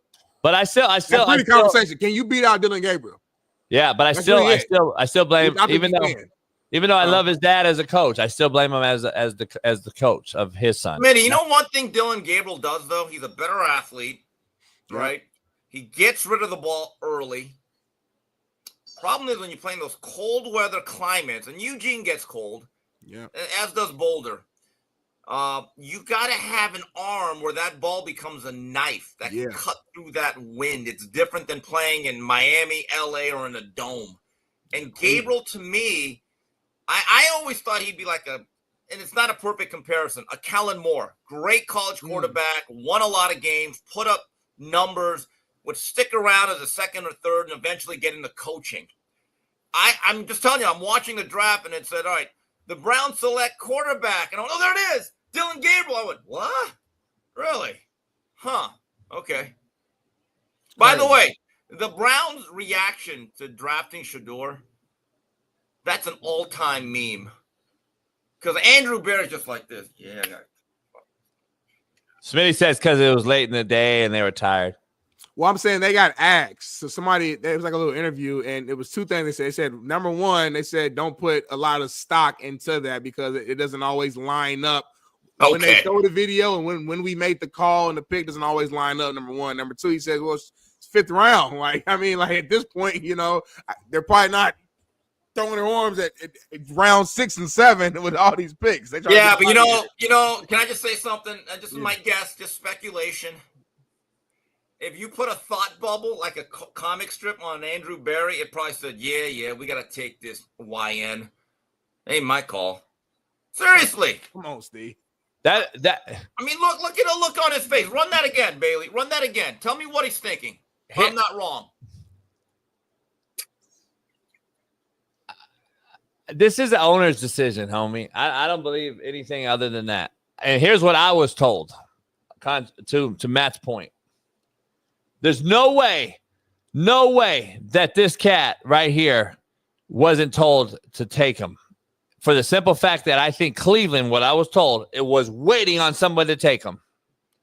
So they didn't have to. That's what I was told from a pretty damn good, reliable source. They were waiting for someone else to take them. That's why they kept not taking them, and it became too late, and Haslam said, we got to fucking take them. I agree. And by the way, Smitty, about the reaction, I've watched draft videos, at least with Brad Holmes and Coach Campbell in Detroit. I've seen them celebrate 7th-round draft picks like they do the first. I watch a lot of Detroit Lions stuff. They have genuine excitement over every draft choice they make. Remember, you only get a draft choice one or so every hour unless you have multiple picks. So I don't know. I've never seen anything quite like that. But the other thing that may have hurt Shador, and again, it's just speculation in my opinion, when these scouts do research, they will go around to the equipment guy, the custodian. I mean, what kind of guy is this guy? And who was it? It was Albert Breer was on a podcast or a radio show, had a great interview, gave a lot of insight into this. He said, and I found this interesting, he said during the draft process of Cam Newton, my guy Cam, that when they went around to Auburn and they talked to the administration, the staff, the office workers, custodians, guys on the football staff, like the managers, everyone said Cam's a great guy. What a guy. We love Cam. Cam brightens up our day. When he walks into a locker room, he commands it, and it brightens up. RG3, his year, it was like, he's okay. And Albert Breer said the word was at Baylor, unless you could do something for RG3, you didn't exist in his world. These things matter as a quarterback. I think as a defensive tackle, cornerback, wide receiver, it doesn't matter as much. But as a quarterback, because you have to think about this, I believe there's a lot of people in America within their region, city, or state. They know who their quarterback is. If they're walking down the street, they'd say, that's XYZ. But if you ask them to look at, is that your mayor? Is that your congressman? Who is that? They wouldn't know. That quarterback position is so much different than anything else in football. You hold the hopes and the dreams and the jobs of a lot of people. It's an unbelievable responsibility. It's different than playing nose guard. Let me ask you, Steve, what's up with the Smitty got something for the boxing turn or the boxing? Yeah, I want to switch gears to boxing. Conor Benn versus Chris Eubank Jr., man. Huge fight that went down this past weekend. I'm gonna just ask you, is this clearly like the fight of the year so far? Thus far it is. And I know people are gonna say, well, it wasn't two elite guys, but you know what? Neither was Gaddy Ward. Had energy, he had excitement, he had some passion, had some guts, had some heart, and it was dramatic. And it was a good fight. I think the judges got it right. I do believe Chris Eubank won that fight. I believe there was a rematch clause. Yeah. There was also a very big, energetic crowd, great atmosphere. So, yes, as of right now, I would say that's the fight of the year, and the 12th is the round of the year from what I have seen. Yeah, JB, you probably was on a boat. You missed a good one. I didn't watch it live. I went back and watched it on YouTube afterward because I was busy when it was on live. But hell of a fight. Like these guys just out the gate was just like fighting. By the way, it's on YouTube. The Ring Magazine YouTube channel has put it up free of charge to watch that fight if you want. So thank you, Turkey. Shout out to Turkey. Fight of the year, JB. Go watch it. Is he getting with Dana White, Steve, or what? Is this a done deal? Well, they're working together, and Dana White's going to head up what's basically going to be their own boxing league, TKO. My understanding is that they are going to be the lead promoter of the Crawford-Canelo fight in September, and they're going to launch their league, I'm hearing, sometime in January. So, good luck to them. We got Lindell White on next, Steve. Any questions you want me to ask him? Yeah. One question I would ask him is, did not having Reggie Bush on the field really impact that fourth down play against Tech? I don't mind that Lindell got the ball. He was the short yardage guy. He was there to move. I just wonder, would having Reggie Bush lined up anywhere on the field actually impacted the way Texas played? I think it's an obvious question, but again, I don't really know the answer to it. There it is. Add to the list, JB. Hey, real quick, Steve, your Miami teams, some of the greats with all those backs, the Gore-led teams with all those running backs. SC had like 6 backs as well. A lot of people don't talk about. Do you remember the backs that were behind Lindell and Reggie that didn't see as much time, but that we saw later on that were unbelievable? Well, I remember that whole era was like Sultan McCullough came kind of before. Sutan, right? yeah. And then right after them, they started recruiting a lot. Joe McKnight. They had the kid out of Dorsey, Stephon Johnson, I think was his name. They had C.J. Gable. Yep. Out of Sylmar. They had Wendell Tyler's son. Yeah, it was really good. They had Herschel Dennis out of Long Beach Poly. So he was on that team. Young Herschel was a backup on that team. I remember at one point, Joe McKnight, who looked like he was going to be the next Reggie Bush. If you would have seen his high school highlights out of Colorado, I remember watching going, oh my God, this guy could be Reggie Bush 2.0. Never really quite worked out. So that was a great era for USC running backs. That room was loaded. Hell yeah. And then they had guys like Whitney Lewis. Remember the big receiver from St. never panned out. Was a big fish in a small pond. He could never make that next level. Never panned Him and out. Lorenzo Booker were legends at that time in high school. Hell yeah. Both of them. Patrick Turner. They had 6'5" wideouts all over the place at that time. Yeah, Patrick Turner was, I believe, from Tennessee. Yep, he was. He was Tennessee. from Memphis. He was the number 1 player in Tennessee. At the time. So, Miami had this run. I call them Solinger Soldiers. Don Solinger had an unbelievable room, and it really all started with Edgerrin James and James Jackson, and then Najee Davenport, who without his knee injury, I was there. It was a '99 kickoff classic in New Jersey at the Meadowlands. He had Marcus Dupree-like athleticism, but he blew out his knee. It was never quite the same. Ended up moving to fullback, and then we added Willis McGahee, Clinton Portis, and then Frank Gore. Crazy. Yeah, a lot of and Solinger had a system. Nobody would ever get 25, 30 carries. His system was always, we're going to split the carries. It was going to be like 2/3 of the carry goes to my number 1 guy. And then out of the rest of those carries, the number 2 guy would probably get a majority of those snaps, and the third back would get about 3 to 4 carries. And I remember talking to Solinger at spring ball a couple of years ago, and he says, Steve, I see this whole thing about running backs rotating and saving them and not putting too much miles on their legs. He goes, hell, I was doing that 35, 40 years ago at South Ridge High. I don't know what the big deal is. So, he started something there. And another thing, I would ask Lindell, did you – because it wasn't the full-blown era of the running back being devalued. Would you have liked to have been the main guy and not taking anything away from Reggie Bush, who was incredible, right? Probably the best college football player of this century thus far, in my opinion, right? But would he have minded or would have liked to have been that old-school USC running back that every week, 25, 30 totes? Because then he's a Heisman Trophy candidate at that point. I'm sure he would have. Where was he drafted with Tennessee? 2nd round. He was drafted high. Yeah, and he played what? Maybe I think 4 or 5 years. I think he'll tell you himself his career didn't go like he wanted. I think there were some issues, but again, he still made the league. No doubt. Real quick, Steve, we got a question for you from the fans. Can you talk about the other 3 fights Friday? Besides the main one, the other 3 fights on Friday. What's the other fights? Friday and Saturday and Sunday. Oh, really? Friday is a Ryan Garcia, Rolly Romero. I don't think Rolly Romero is very good. That's an easy win. What else is there? Devin Haney takes on Jose Ramirez. Haney, we still have questions about where's his punch resistance at in the wake of what happened last April 20th.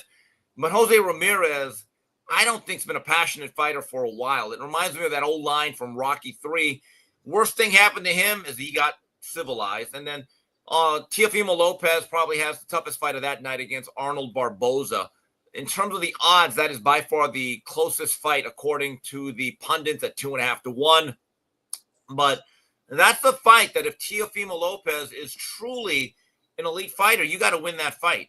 Then Saturday is Canelo against William Skull. That's a blowout. Absolute Damn, blowout. all these fights this weekend? Yeah, then Sunday in Las Vegas, the Monster Inoue fights against the guy that's Ramon Cardenas. Another blowout. I think it's Chalk City this weekend in boxing. So, Smitty, I thought you were bullshitting earlier this week or yesterday. I thought you were bullshitting because you didn't want to come on the yacht. There really is fights. No, it's big fights. Big names at least. Big names. Big names. Yeah. I mean, Smitty, I'd say they're all in their non-conference schedule. And I'm talking SEC non-conference. So they're all over they're not playing nobody. Basically. It's like directional schools. By the way, guys, one interesting pick on the first round, I was looking at Detroit. Detroit gets up, and I'm thinking you need some edge rushing help. I know last year they got banged up with Hutch, got some old veterans that gave them pretty decent play, like my old guy Alquidin Muhammad. I'm thinking, Donovan Orozco is out there. Orozco out of Boston College, I thought had one of the best motors, high energy guy. I'm thinking this is the guy. It's perfect. Brad Holmes went with Tyleek Williams, inside big-bodied scrapper. Now, that's not a bad pick, and in Brad Holmes I trust. Donovan ended up going to Dallas. That's a draft choice I'm going to look at. I rarely disagree with Brad Holmes, and Brad Holmes knows a lot more than I do, but that's one I'm going to look at, that first-round pick, and then Baltimore getting Malachi Starks, I think, solidifies that back end. I think that's a perfect pick. Huge move. Baltimore had a good draft, man. Might be the year, They always JB. have a good draft. They never have bad ones. Might be the year, JB. Hey, I gave him an A. You should. I gave him an A, but there's a lot of I don't know. Dallas didn't make any moves, Steve. We'll talk Thursday more about the draft after we get we'll see. I'm curious if there's going to be any veteran trades that happen after Kittle just signed with the Niners. Rumors are that they're going to sign Purdy as early as today to a $50 million deal. I'm curious. They went heavy defense in the draft. They lost so much in this offseason. Curious what the Niners end up doing because I think it's the Rams' division to lose. And it's Jalen Ramsey watch, right? Jalen Ramsey watch. Widow was talking about that. Widow came by the house Saturday, and we were talking about that. So that's going to be interesting. What about the Raiders? The Raiders getting him for maybe a Michael Mayer or whatever his name is trade, and because I know that Raiders trying to shop Mayer. So we'll see. I don't know. Interesting. It's going to be interesting. Draft I kind of liked because they stayed with an identity and need. I kind of like what the Chargers did. Omarion Hampton got really good feet for a guy his size. So you put him and Najee Harris. They're going to pound people. They're going to pound people up front, set up play action, and they finally drafted a guy, Trey Harris, in the second round that could take the top off. If he can play, there's going to be opportunities for him to be that downfield threat that they need. And now you have McConkey. The Chargers are going to be tough. I like I'm a big believer in Harbaugh. I thought they should have got Whiteout. I thought they were going to get Whiteout. Wedo and I were here talking, and we were like, they got Trey Harris. I mean, he looks the part. Yeah. I mean, at the time, though, who was there? Golden and Burton were available, I think. Luther Burton, right? Is that his name? Yes, he went to the Bears, right? Second round. Yeah. So they picked for them. Bears had a good offseason, really. Bears had a great offseason, and I think they touched O-line, got the head coach, draft. Ben Johnson. Yeah, Ben Johnson makes some moves. I think the Bears going to be good this year, actually. Like I said, that's good. Hey, Coach, so what do you think? Travis Hunter, bust or a player? The rumors are that the Jags are saying we're going to play you both ways, and how much, who knows? I was curious to see. I don't think he'll be a bust per se, but I don't know if he's going to be the guy we all hyped him up to be, which is my point, why we put these guys on this pedestal. I want to see him first play one position, get comfortable in the NFL. He's not going against a walk-on, wide out, and then going on over and having to fucking, go against Surtain. Like, that's not what college was. So I'm curious. I want to see what he's great at. We had a draft analyst on the other day. I think Smitty asked that question. I think he said he sees him at wide out first. Yeah. In Jacksonville. He covers the Jags. So he said he sees him at wide out first, maybe some punt return. That's what I hope he does. That's all I'm saying. Yeah, and also Jackson Dart, I'm not a believer. I'm not either. That system is so reliant on one read. It doesn't prepare guys for the pros. Let's just put it that way. Yeah, I'm not either. I'm not a believer in Jackson or anybody in this class. But anyway, we already know about that. I can't wait to all of them bust. Hey, there's only 5. You pray on their downfall. You look forward to it. Smitty. But to be honest, there was only 5 teams that needed a quarterback in this draft, particular draft. That's why that actually adds on to the Shador falling, in my opinion, on top of whatever else allegedly is out there. I believe there's only 5 teams that needed a quarterback, and that's my opinion. And Pittsburgh's one of them, Smitty, that I believe is waiting on Aaron Rodgers. So that eliminated one of those 5 teams. Well, also, when your father says, well, there's certain teams we're not going to play for. All right, that can be accommodated. And they did themselves no favors. Again, do not confuse or consensus for a conspiracy or collusion. It's simply not true. Yeah, it's going to be interesting. I can't wait. I want to see this NFL. I've never been more confident in a quarterback prediction than I am this year. You was wrong last year, so we'll see if you're right this year. Wasn't wrong at all. You said last year's draft was the worst ever, and then everybody came out. Drake I didn't say worst ever. Bo Nix had a good year. Jaden Daniels looks like a guy. But I said Jaden Daniels. All wrong last year. How was I all wrong? I said Jaden Daniels was the premier crop of the draft. Be this good. Stop. I'm not. Hold on. Nobody did. So don't. You know, I'm not giving you that. But did I say he was the best in the draft? Yes, you did. Sure. Okay, and did I say that Caleb Williams was going to struggle? Okay, so how am I wrong? What'd you say about Bo Nix?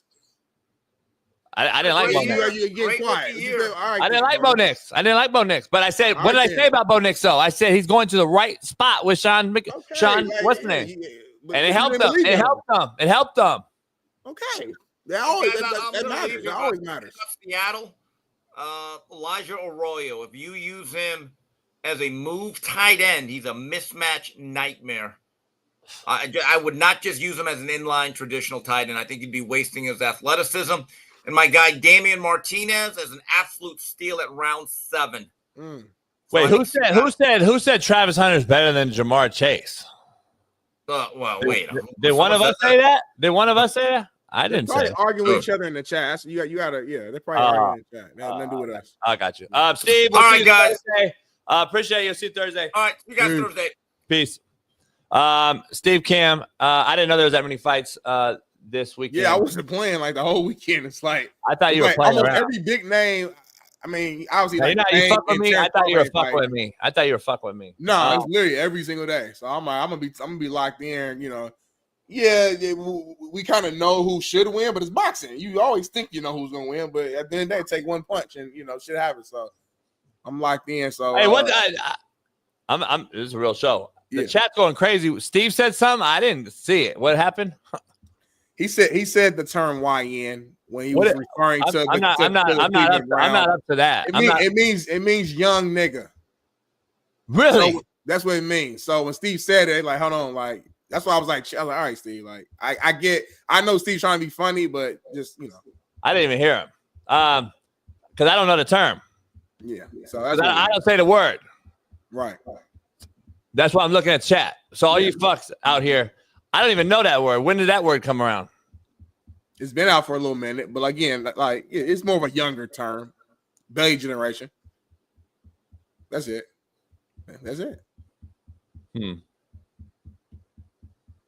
Bailey said it was a good joke. Well, you know where Bailey stands, so it's not a surprise. Lindell White, Smitty's on the other side. Hopefully you have more questions. I'm gonna lean on you heavy, brother. I'm asking big questions and I'm out. And then what time is it? I hate this Mac, homie. It's almost 8 o'clock. We 8 minutes away from 8 o'clock. They don't have a clock on it. It doesn't have shit on it. On with your laptop? Huh? On what are you talking about? It's not a laptop. It's a Mac, a mini Mac or whatever. It sounds like you like downgraded. Like you ain't got no time. You ain't got no like nothing. Like it was messing up. We started the show 30 minutes late yesterday because you couldn't get it set up. It's new, homie. Like it's horrible though. Sounds horrible. I guarantee you. I got 2 things. I want to get you a camera, And I want to get you a dedicated computer just for this. Well, first I gotta get you like a setup. I gotta get you. Just give me the money for all this, and I get all that, but we gotta like at least fake the funk, homie. Like we had you at least with a TV and a logo. Then you're too loud and drama. My room is nice. I got a studio room. I just can't. If we move the show to the evening, I can do it in there. If we do it in the morning, I can't. It's that. I'm just saying it's that simple. We did a successful night show the other night. We broke records on numbers. It was one of our highest shows ever. So that shows you when we do it at night, it can't work. I'm just like, you know what if I live here, this is what y'all gonna have, a boring white background. I'm not putting shit in my living room on my wall. I'm married, I have a wife. We're not about to have the living room decorated with JB shit. It's not gonna make sense. So if we want it in the studio, we do it at night. If not, it's gonna be right here, and that's what it is, point blank period. Or we go back downtown to the other studio like we had it before. That's the options. I look back at this show, and I've done a lot. I'm not gonna say a lot of shit. We've done a lot of shit, like a little low key, a lot of shit that just is like, God damn, homie. Like we've done a lot for making shit happen with nothing. When I first started, I was at my old apartment. Y'all don't even remember that. Oh yeah. I was in a 1-bedroom, 1 bath. I had to be in the living room that time. I had to. It was only roaches. Yeah, roaches, all that. Then I moved up a little bit. Thought I had a good little space to do it in there. Neighbors complain, you know what I'm saying? You know, before 9 a.m. It is in my lease technically. Before 9 a.m. It's like a quiet rule. But you know, after 9, you can do what the fuck you want to. Like blast music, do whatever. But this is the beginning, Smitty. I'm just telling you. Yeah, we just gotta like wear it out. I give you a lot of credit for it. Oh, I should. You know, I told you from the beginning, like where I stood. I believe in the vision, and I mean, in the last 2 years, we've grown a lot. I wish I would have wrote down just like metrics when I first joined. Just like why? Just to like see just growth in general. I'm pretty sure when I first started, like subscribers, I think I want to say it was close to 30, but I don't know. I think it was around 30,000. I think was it around that? It might have been a little under. So my point is, in the last 2 years, like the shit has grown a lot. A lot. And now his camera his laptop just messed up. So this is right on cue to why I was speaking earlier. It sounded like he might have downgraded. So we're going to go to break because we need JB's camera to work when our big time guest joins us. So we're going to go to break. It'll probably be a longer break. So get you something to drink, get you some coffee, get you a little sandwich. And when we come back, man, we got more to JB show. Big Smitty.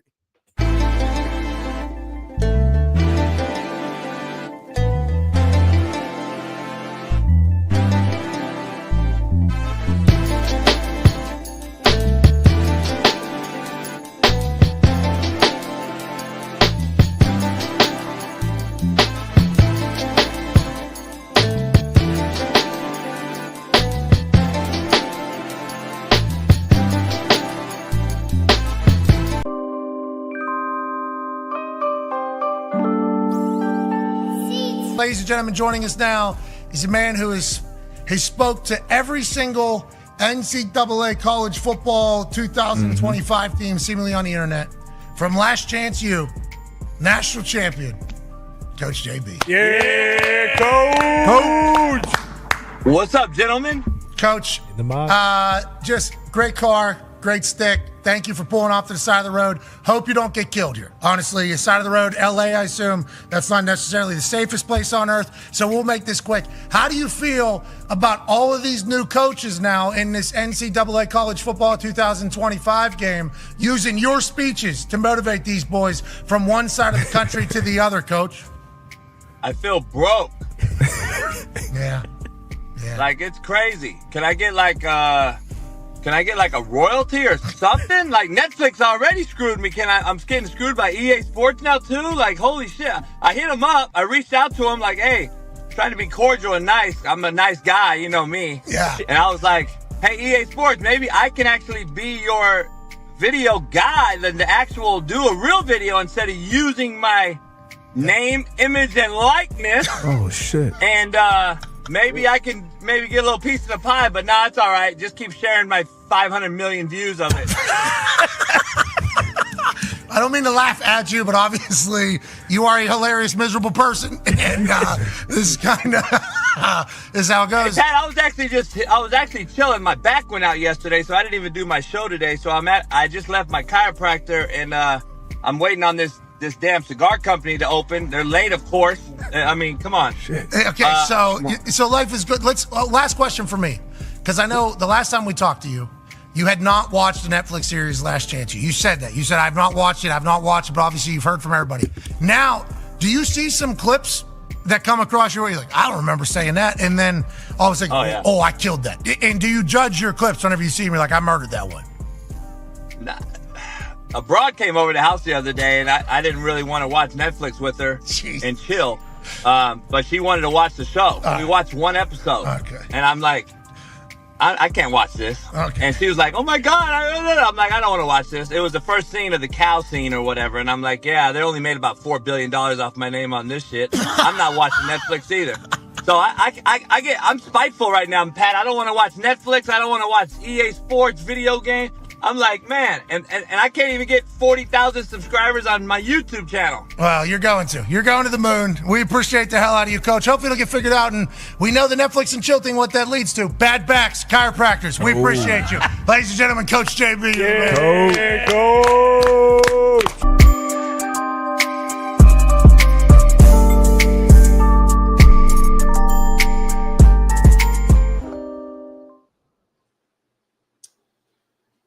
Man, I don't know what happened to the camera. It's darker now, it said. Let me see. Fuck it. I don't know what's wrong with the camera, but we're back. We're back in the building. Can you hear me? Yeah, we hear you perfectly fine. It is darker. Yeah, I don't know what happened, homie. It's why I changed the camera. Oh, okay. That's cool. Shit, bro. This camera just shut off, homie. Just went out and it won't come back on. That's why I like to stay with my camera. The only issue I get is every now and then if I move too fast, it gets a little blurry for a few seconds, but it goes back. I love these little Logitechs. They're dependable. Don't have to worry about it. They're easy to hook up. Don't have to charge them. Just plug them up. That's why I don't want your camera, honestly. Not right now. There's no need to.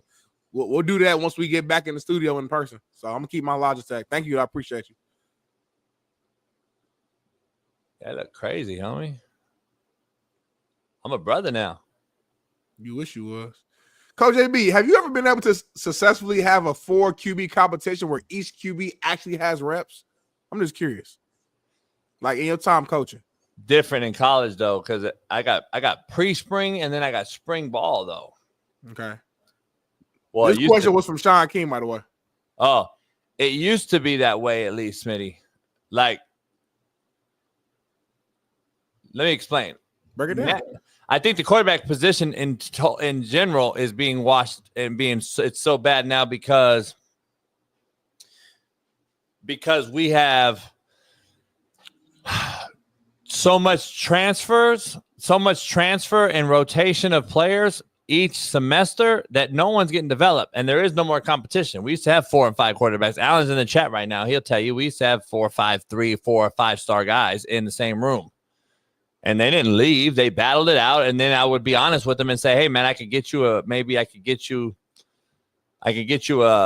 spot in California or another JUCO. I can send you there. Or for Alan, in Alan's case, he played, but then he also got a scholarship offer with a year left of JUCO, and he had a Division I offer. UTSA took him, so I got him out in spring early, and he left and went D1. I would have sacked him. So, like, my point is, Smitty, like, there is no more development. So to Shaun's question in the NFL, and that's a Shaun question, I don't believe OTAs are when? May? OTAs right now. So I think it's involuntary workouts right now. I think OTAs are in May. So if and I'm looking at the calendar right here. OTAs start where it's mandatory, right? Why did Sheldon tell me he was in OTAs there? He's in involuntary workout. He probably loosely just said, okay. They call it OTAs in the league, I think. But mandatory OTAs is May. So everybody's together. That's what everyone's worried about. Aaron Rodgers, remember?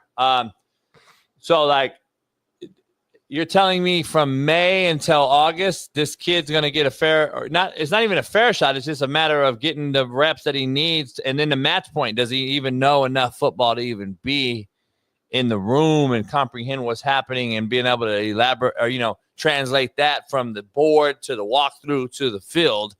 And remember, in the league, to Shaun King's point, I want to know Joe Flacco, let's say, gets 5 reps. Right. Shador may get 1 as a drafted 5th rounder. That 1 rep every day, let's say he gets, we're talking, let's just say 5 reps of team a week, 10 reps of 7-on-7 a week, or team pass, whatever you want to call it, Skelly. Yep. Those got to be immaculate on film. They got to be. He got to be perfect. Like he has to, and so does Dylan Gabriel. To be fair, yeah. Like no flaws. Like so, I don't know, Smitty. That's kind of the. Let me straight my fucking cameras, man. These fucking technology, man. I just don't get it, dog. I don't know if he can. I don't know if he can do it, and I don't know.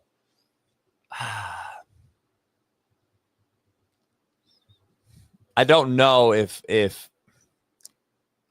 it's going to be a competition that you can really sit here and say, you know, he balled, because you ain't gonna Flacco's good. Flacco or what's the name's going to be the guy. Pickett. Yeah, and I'm not a believer. And I'm not a believer in either. Yeah, not at this point. Flacco, I get it. I don't see either one of them. Like whoever starts, right, Pickett or Flacco. I don't see either one of them being the starter for 17 games. I really don't. For whatever reason, whether it's because, hey, 7 games in, we just don't like the way the offense is looking, the pressure from the front office, pressure from the fans, and we got to go move pieces around. Whether it's, again, I'm not wishing this, but just it's football. Whether it's from injury, whether just something. So where I don't, like I said, I think Dylan or Shador will have a chance, I think, at some point this season to play. So I think getting into like winning that competition between them two is vital. I do think because I'm not sold on Pickett or Flacco. Like you said, I like Flacco, but Flacco is old. It is what it is. Pickett has not shown us that to this point that he can be a legit starter in the NFL. I mean, he might prove us wrong this year, but to this point, I think we all can agree that Pickett has not shown us that he's that guy.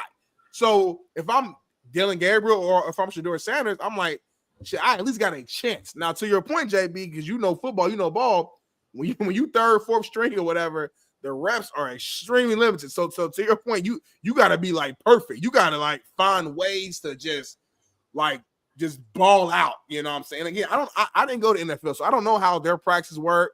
College is a little different. You know what I'm saying? Like it would be times like during I don't know if it's during camp. I think during camp it might be like one day where late in camp we might do like a 3-on-3 scrimmage. Like the stars are we on the sideline rooting for our teammates. We got scout team scrimmaging. It was a chance to kind of see what we got. And sometimes a guy would kind of stick out and shine. And you're like, okay, this dude balling. I didn't know he could play like that. And that might help help him get a reps on special teams, or like I said, that's just an example where NFL, I don't know if it's like that. And he played quarterback. It's not like D-line where you just go out there and win your one-on-one and get busy. It's quarterback. So it's going to be tough, extremely tough. So here's the issue, though. Like a 5th-round guy and he balls out in camp, usually if you draft in a 5th rounder, you have a quarterback. Right. All right. Yeah.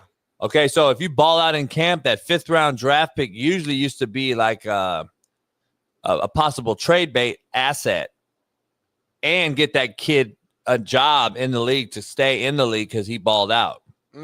Like, hey, guys, here's his film. He balled the fuck out during OTAs in summer, and we have to let him go per roster cuts, but somebody scooped him. Do you see that with Shador? Is my question. I don't see that. I think they keep him. I think they keep him this year regardless. They find. No, I'm saying. Let's say they had to do that though. Do you see what I'm saying? Is my question is like, do you see the development, and then do you see someone else wanting him? I don't see that. You know what I'm saying? Not because let's say he balls out and has a great camp. Like he's still a 5th rounder. Like it's an insurmountable. Overcome adversity he's gonna have to go through. I'm gonna be honest that he hasn't had to face so far. But that's good though. Like I agree. You're saying it with a tone of like, I don't think he can do it. I'm saying like that's great. Let's see it, because if he does overcome it, that tells me a lot. That should tell you a lot. That should tell you that he's okay with competing. So I'm not even saying it that way. I'm saying it like it's gonna be tough for sure though. I agree. But I'm saying we haven't seen him do it yet. he hasn't had to go through. He hasn't had to. Yeah, he hasn't had any of that adversity, and that doesn't basically mean he can't though.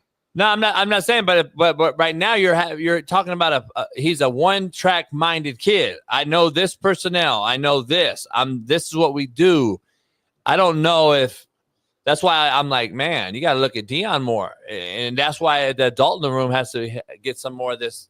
He's got to get more of this blame than the kid, and that's where. But I'm the hater. See, you can't say nothing about Shador, and then you can't say nothing about Deion as I say he failed the kid. I'm a hater on both sides. I can't win. I can't win for losing. It's like how you a hater today. It's comical. I think you've been cool today. I called you a hater on other things that you said because you have made comments. Motherfucker said like, today. All right, bro, that's hate. Today you've been logical. Whether I agree or not, you gave logical points of why each point. Today's been a good day.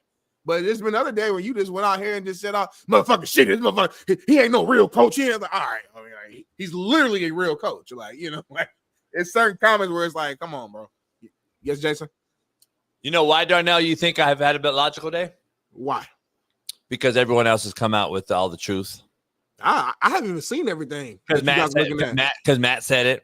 I just saw what Matt said today. Literally on the show. I know. But what I'm saying is, it softened your approach because now Matt Hasselbeck. By the way, can we? The guy I haven't seen. I was at the movies last night, so I'm gonna be honest. Oh, it's a real show. I haven't seen none of this shit. I swear to God. Let's take a look at Matt Hasselbeck and what he had to say on Chris Cuomo's show. Things first. Cuomo. Matt, condolences to your family. I heard about your father. How's everybody doing? We're doing well. Thanks for asking. My dad went to Colorado, played at Colorado. I was born in Boulder, so he'd be excited that I was on here tonight talking about a Colorado quarterback. All right, well, good. Let's make him happy. Help me understand what happened here and why. Listen, this is a challenging situation, but it's really just musical chairs. I mean, there's really only 5 teams in this year's draft that were looking for a starting quarterback. One of them was Tennessee with the first overall pick. They were taking Cam Ward from Miami. The other one was Pittsburgh, and I think they're waiting on Aaron Rodgers. So now we're down to 3 teams: the New York Giants, the Cleveland Browns, and the New Orleans Saints. And essentially what happened was Shador was in the mix. He was in the running for one of those starting jobs, and he didn't get it. The Giants picked Jackson Dart. The Saints picked Tyler Shuck. And then the Cleveland Browns went with Dylan Gabriel, who finished 3rd in the Heisman voting this year, quarterback out of Oregon.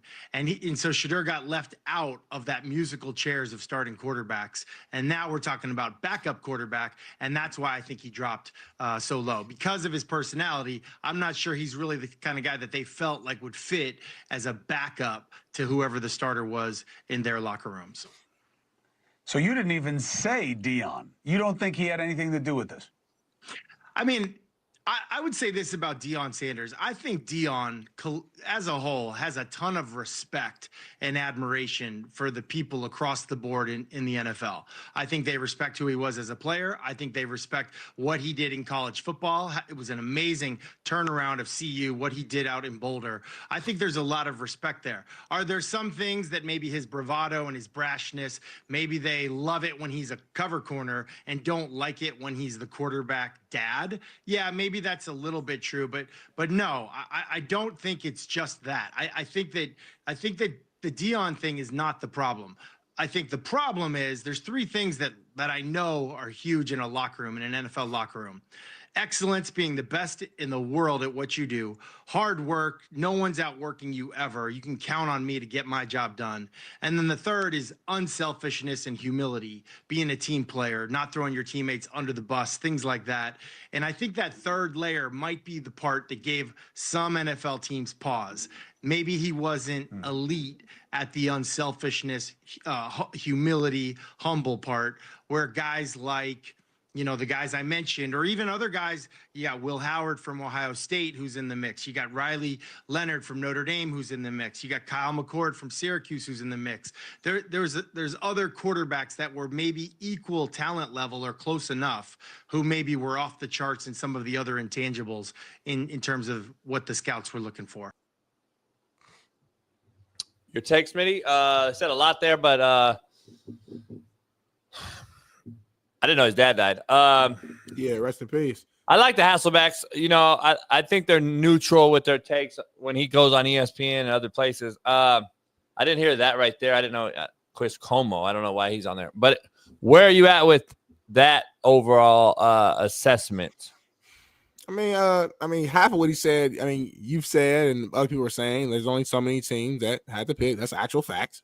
You know, so Shador was in the mix and he didn't get chose above the guys that I guess those teams deemed as better. That's just that's cool. Like, that's literally what happened. So I can't disagree with that point. I thought it was a good take overall. I mean, yeah, obviously the teams, there's something me and you talked about it before. There's something that we don't know, we're not seeing that made him drop to the 5th round. Because again, even though we agree that this isn't the best or the strongest quarterback draft, out of this quarterback draft, whether you like Shador or not, I think we all can be real and say we didn't think he was the 5th, 6th best quarterback of this bad quarterback draft. I think at worst we all could have said, all right, 4th best behind, Jackson Dart, Cam, and then I guess JB had Tyler Shook, which I don't, but JB had Tyler above him, so cool. If you wanna throw him in there, cool. But I just think watching the tape and just watching football and keeping emotions out of it, it shouldn't have fell any lower than that. But again, intangibles, meetings, more information that I'm hearing this morning, from what Matt said, as far as speaking to these actual GMs, I don't have those direct connections again, so I can't say, oh, that's wrong or this is right. I got to listen to the people who played the level and say they had those connections. So if all those things are true, if he was meeting bad and all this, that, and the third, that all plays a factor. At the end of the day, it's a relationship game too. Like, although these guys, these GMs care about how well you play, how you talk to them, how you meet with them, how you make them feel, all those things play a role because we're humans. We have emotions. So if he did go to these meetings and they felt like he was disrespectful or not all the way locked in, not taking them serious, these guys, these GMs and owners, they have egos. These coaches have egos. They're going to be like, all right, well, since you want to act big and bad, we're not going to pick you up. Like, I could see that playing a role as well. So I don't know. Like I said, I'm at a point now where I'm like, all right, the draft is done. You got picked up. I don't get, as an athlete, I don't care if it's 1st, 2nd, 3rd, 4th, 5th. You got picked up. You got an opportunity. Go ball out. That's my mindset. Like, you gave me, I got one full ride Division I scholarship. That's all I needed. I don't need 30. Why? You only pick one school. I don't need 30. You gave me one. Thank you. I appreciate it. You believe in me. I'm gonna show you why you picked me up. Became all conference, did what I did. So, like, at the end of the day, all you need is opportunity. Now it's his job in a quarterback room that's not that good to go out there and ball out. And I think he's capable of doing so. So, but we'll see. If he does not perform well, we will find out shortly. Whether he gets cut, traded, gets put out there on the field in week 7 and looks bad, whatever the case may be, we will see it here shortly, and we'll make a new assessment at that point.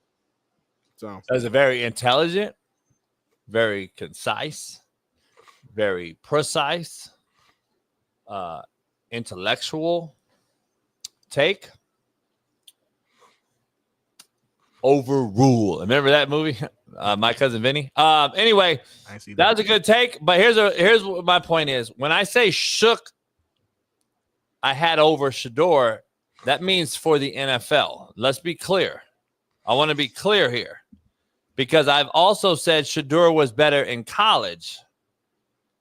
But in the NFL is what we have to transition for when the season ended in college. When the season ended and his last game on film was BYU film being destroyed, not looking very good. And then he said, I'm not going to go to the combine. And then I said, remember, this is why I go back to blaming Dion. You came out a long time ago and said, I'm going to control where he goes. The NFL heard you loud and clear, number one. Number two, it also goes to where you said, hey, you don't need to go to the combine. You're a top 3 or top 5 pick overall. Even Matt came on here and said he was a number 1 overall pick a year ago when I said we got into an argument. We pumped this kid up again. Why I don't blame the kid. We've pumped the kid up so high that the fall was just inevitable, homie.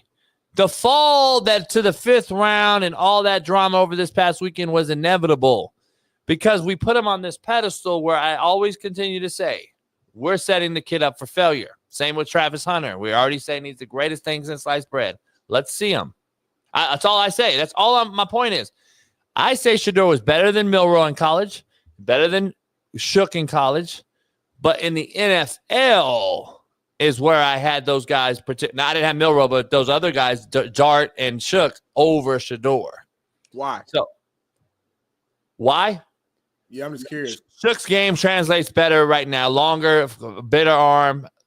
26, it hurts him. But we've talked about the age because we had the Penix discussion last year when he got picked up at older. Penix and Shook is night and day. Well, he's a lefty and he's 25 or whatever. So I'm just saying age-wise. Gotcha. Yeah, but I'm just saying, Shook has big-time talent arm-wise. He can throw. Like Michael Penix. Continue. I don't want to. Well, no, I get it. Yeah.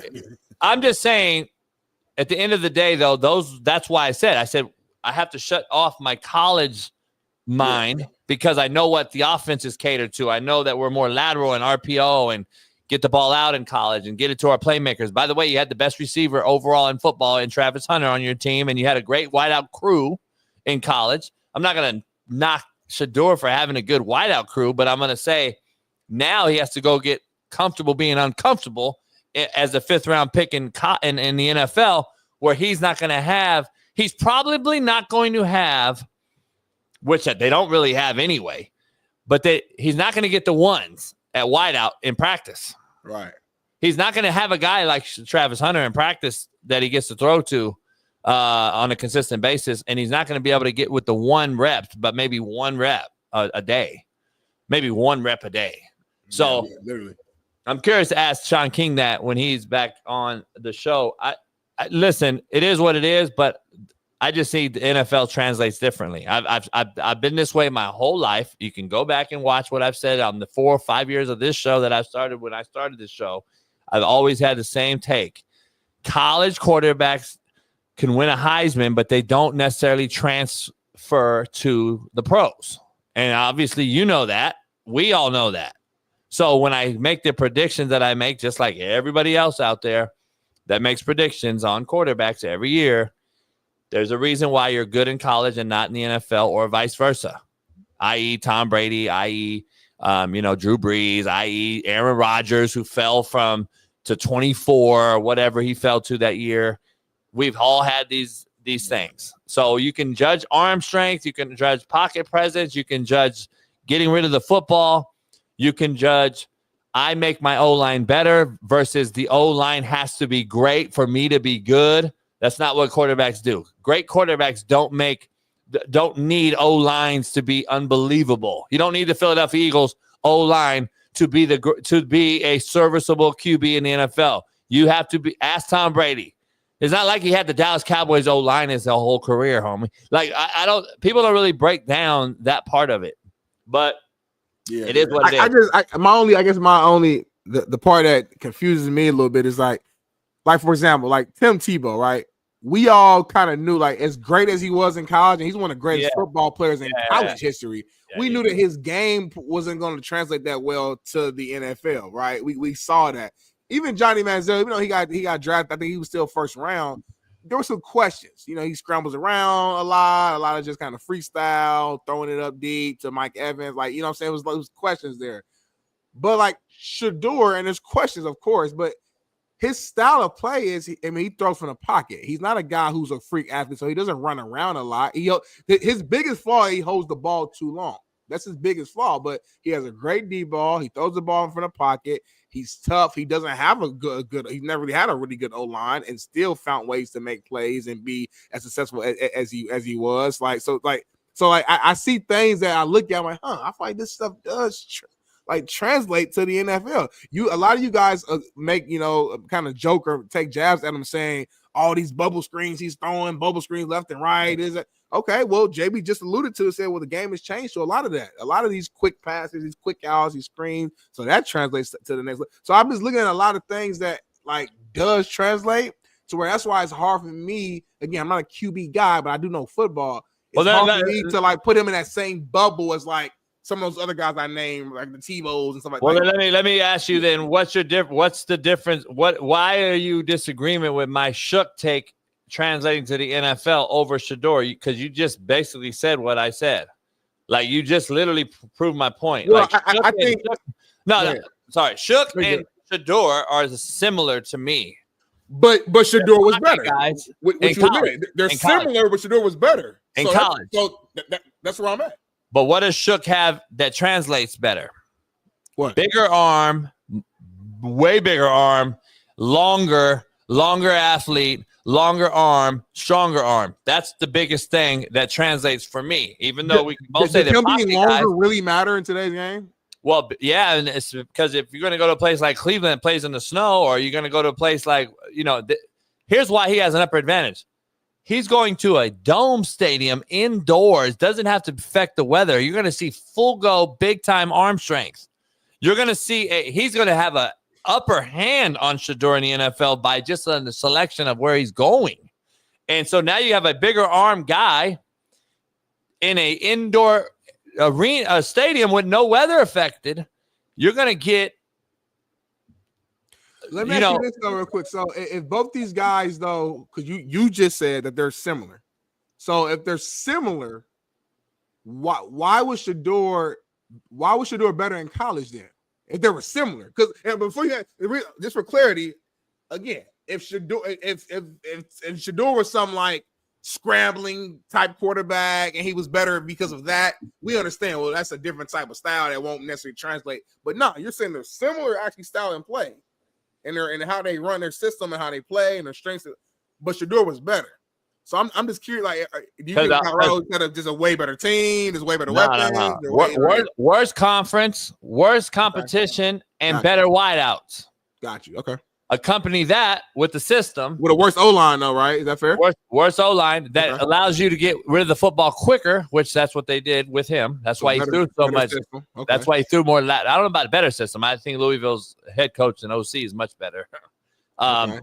Brom, who I played for. Okay, so not better. You mean a more quarterback-friendly system? Is that? Yeah, okay. Yes. Quarterback-friendly system. Okay. More quarterback developing system. And Brom has a track record. So, like, that's the only issue. And I don't believe Shook had anyone near Travis Hunter or Horn. So, I'm not knocking Shador for it. I'm just telling you you got to weigh out every option when you break down these guys translating. Now, going to Milroe, why I think he will be better and why I would take him ahead of Shador. Well, I didn't think he would go ahead of Shador. I'm saying why I would take him is to your point for the last 2 years as the game is translated. If I'm going to take an AR5S guy who's not, in my opinion, very good in college, because Shador was better, in my opinion, in college. If I'm going to take a guy, though, and take a risk on a guy like AR5 who's a freak, like Milroe is, then I'm taking a guy that can ad-lib and get me out of trouble if he's not the greatest passer from the pocket or if he's not the greatest, processor, whatever the fuck words these analysts want to use. At the end of the day, I'm taking a guy that can get me out of trouble like AR5, like a Kyler Murray, like one of those guys. And that's what Milroe is. Some people have said he's the best quarterback runner they've seen since Michael Vick coming out of college. So if that's the case, then that's why he took him. Because the knock on Shador is what? Arm strength and athleticism. Yeah. And his arm strength, in my opinion, ain't that bad. Like, yeah, he don't have the biggest arm in the world, but we talk like, we say that, we've said this about multiple quarterbacks before. Like, it ain't, he throws a good deep ball at the end of the day. So, like, he knows that he gets it there. But, like, all that makes sense what you're saying. I guess in summation, though, what I'm hearing, though, is like, what you do in college don't even matter then. You really don't, because it matters to get drafting off potential basically. Then, like, it don't matter. Here's it don't the thing. matter if I was better than all y'all. Y'all got higher upside or potential. Y'all gonna get drafted ahead of me. It's just crazy to me. Here's the thing. I get it. College doesn't matter because it got him drafted. He's in the door. Yeah, but I mean, damn. I'm saying that's the bottom line, right? That's what the whole bottom line is, to get you drafted. We saw guys that won a natty went after him. We got a guy, Quinn Ewers, who went to 2 playoffs teams, who I could argue in the SEC though. So I would say much better conference. You would agree to that, I believe. Much better team he's on too. I could agree to that. So all that matters. And I was going to that. And so at the end of the day, though, if we're going to weigh all these things, it does matter. You still got film to get drafted. So you can't say it doesn't matter, but you can weigh out the do's and the don'ts, the positives and negatives, and say, this is why this guy translates better to a quarterback guy that understands the overall picture. That's all I'm saying. So I'm just saying, like, if I'm looking at the whole picture, it's not, I don't want to see Shador succeed. Get the fuck out of here. I've never rooted to the demise of any one player in my entire fucking life. Why am I going to start now? If Shador was the guy who I thought was the guy, I would say he's the guy. It's not really hard concept. I just don't understand. But and again, I don't know what he's going to be. None of us honestly really know what these quarterbacks are going to be. My only argument again is that, like, I just, as if I'm a GM, and I'm not a GM, so maybe it's a good reason I'm not. It would have been hard for me to put Milroe and Shook above him. The dart, you could disagree, but it made sense. Cam, obviously, I've been saying Cam was the best quarterback, in this draft. But I just, at that point, I'm like, damn, it just, and that's just me. And that's on my GM. And maybe Todd Shook goes out here and balls out at 30 years old. And maybe these guys go out here and do the damn thing. I see some stuff, man. How long was he in college, bro? Because he played against like Herbert, Tyler Shook. He played against Herbert. 26. He went to prom with Oregon with Brock Purdy. I saw a picture of him and Brock Purdy at like prom or something. Or what? I'm like, damn, Purdy done been to Super Bowl twice.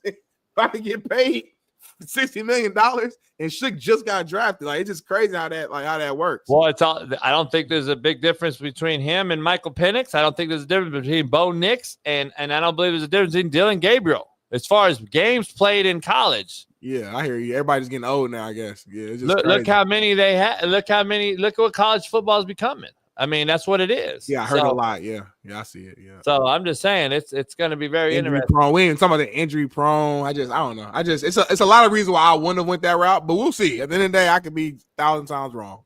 We'll see. We all can. Yeah. It really don't. It is what it is. But real quick, Smitty, before we get our guest in, if he pops in, keep the boat rolling. Keep flowing.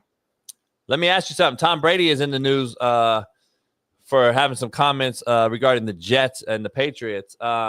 Really? Basically rips the New York Jets. The Jets' issues were more about the Jets, not the Patriots. You can want to win, but if your priorities and decisions are off, it will be represented in the win and loss column at the end of the year. I don't know what the context. What is this in reference to, though? What is this in? I didn't see this.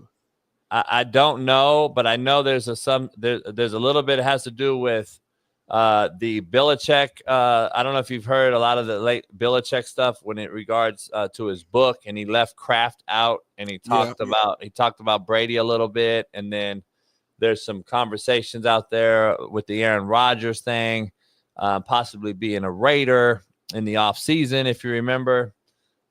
There's some other things that he was talking about, and obviously the Jets and the Patriots have bad blood anyway.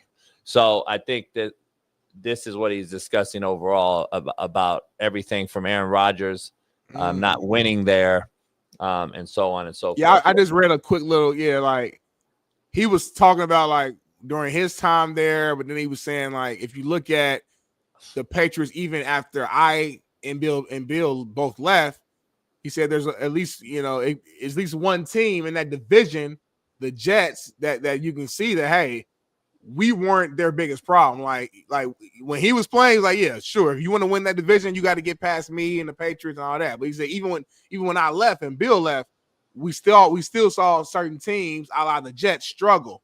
And he said that proves to you that, hey, we weren't their biggest problem in the division. They were their own biggest problem, I guess. So that's interesting. I mean, the Jets has been a bad organization for a long time. You know what I'm saying? So I'm hoping that right now they're kind of shifting and, got the new head coach and, brought in Justin Fields and solid drive. It seems like they're kind of like trying to start fresh and refresh and reset. So we'll see. But the Jets have been a bad organization for a long time. I mean, they haven't really been – they ain't been relevant since 2010, I would say. Like when they went to the AFC Championship, when Mark Sanchez and Ryan was there, the head coach, and Rex. Rex, shout out to Rex. I like Rex. Like I like that. I love Rex. I love Rob Ryan. I think USC has the best. All the Ryans, homie, the daddies, the 85. They all good coaches, in my opinion. I think Lincoln Riley has his best staff ever. Yeah, as he should be. I heard he's been out here in these streets now, finally recruiting a little bit. But he's got NFL guys. He's got a defensive coordinator from the Ravens. He's got Rob Ryan. He's got guys with experience. So we'll see. It's going to be interesting to see what he does. You're actually Lincoln Riley, okay? I know. I don't like it. No, I see that. You can't go back. You just said I said his best staff. I said this is his best staff. Nothing to do with me liking him. What they got to? But ain't he is the head guy responsible for the staff he brings in, homie? That's clap it up. I said it's his best staff. Right, so I'm saying you doesn't mean nothing though. I got to see the motherfucker do something. He's at SC. He's been in Oklahoma and USC. It's not like this motherfucker's at Sacramento State and fucking USCB. Like, speaking of Sacramento State, Oklahoma, what's his story? Where was he at before? Was he at GA? Was he at a small Texas school? Tech. He didn't skip from playing and then went to Oklahoma, homie. Texas Tech. Okay, well, what was before that? All right, then. He worked his way up. That's all I'm saying. Speaking of Sacramento State,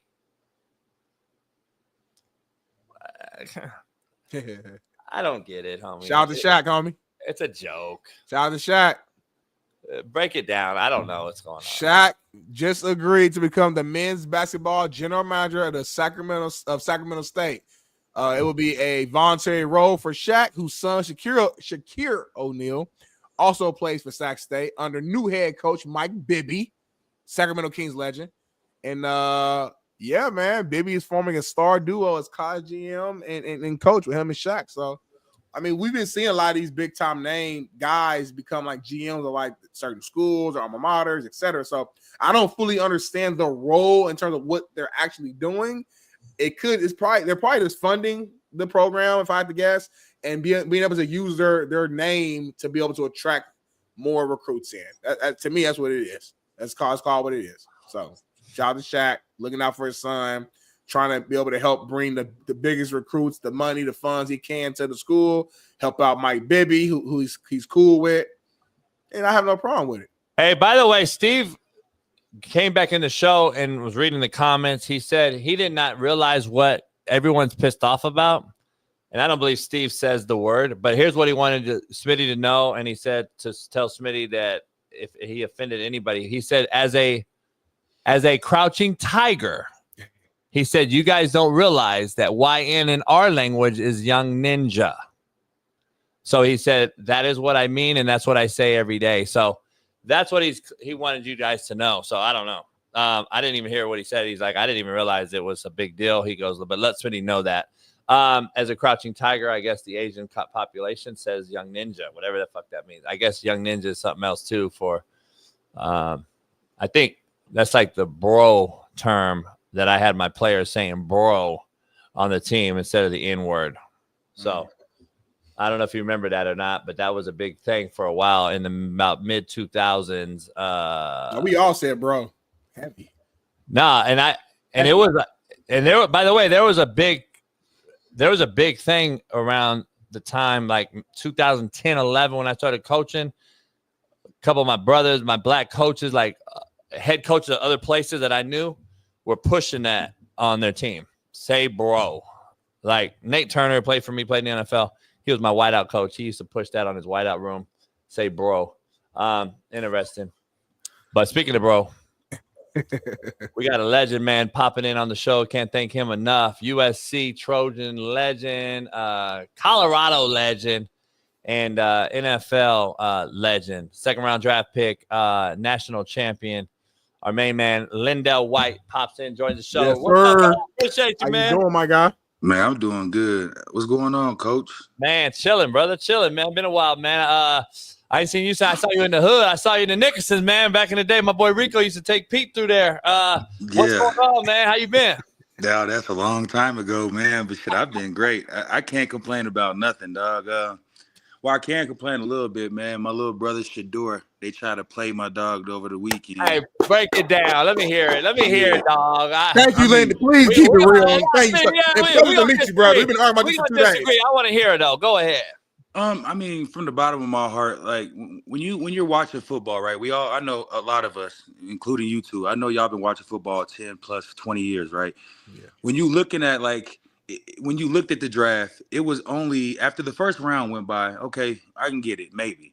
But then second, third, fourth, and you like look at Dylan Gabriel, Will Howard, and you start looking at all these players that's getting drafted in front of them, and it's like you wonder what they're so scared about. But then it takes me back to Lamar Jackson a couple years ago when the whole NFL could have signed Lamar Jackson and nobody took a chance on him, right? And then the next year he wins MVP. So to me, it's like, what are these owners, colluding to? Like, what are they doing behind closed doors? Like, what are they saying to one another to really make Shador slip to the 5th round? Everybody and their mom knows that was full of shit.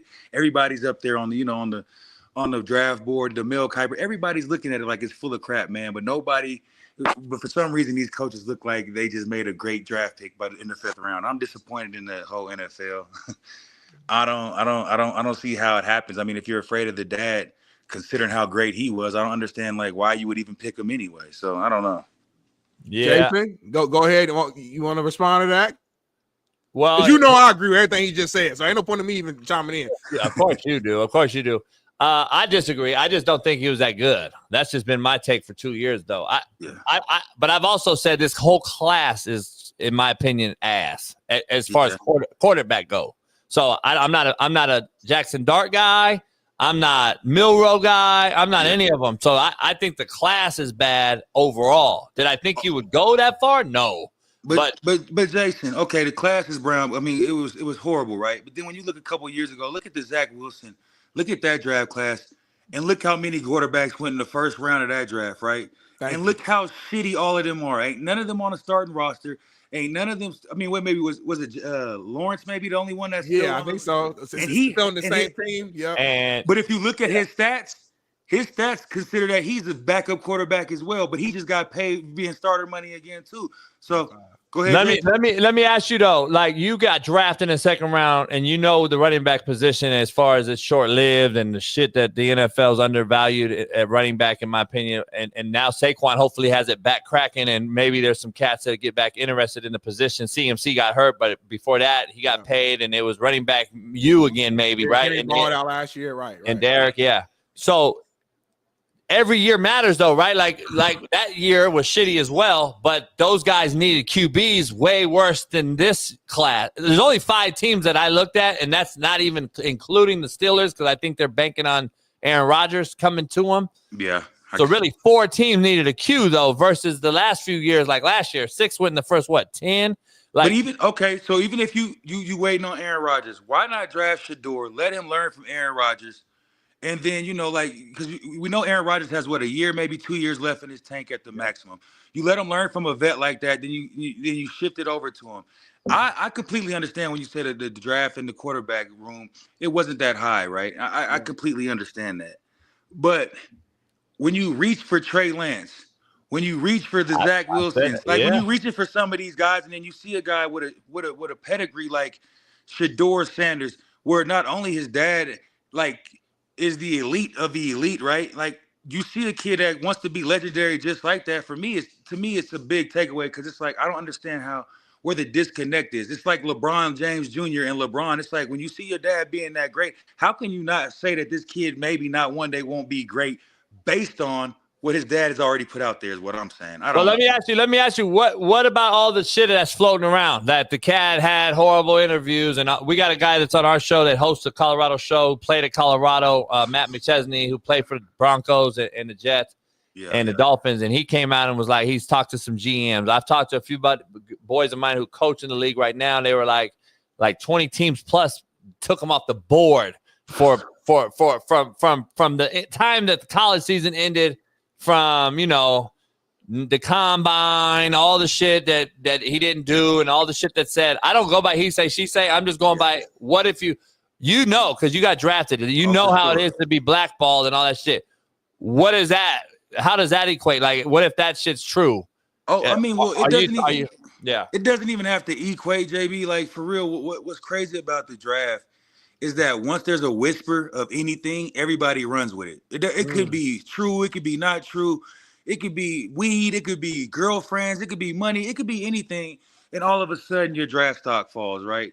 I remember right before I got drafted years ago, something came out. I swear to you guys, it was Tuesday or Wednesday before the draft Friday, Thursday. All of a sudden, the report comes out that I smoke heavy marijuana. You know what I mean? And it's like, he's a big pothead.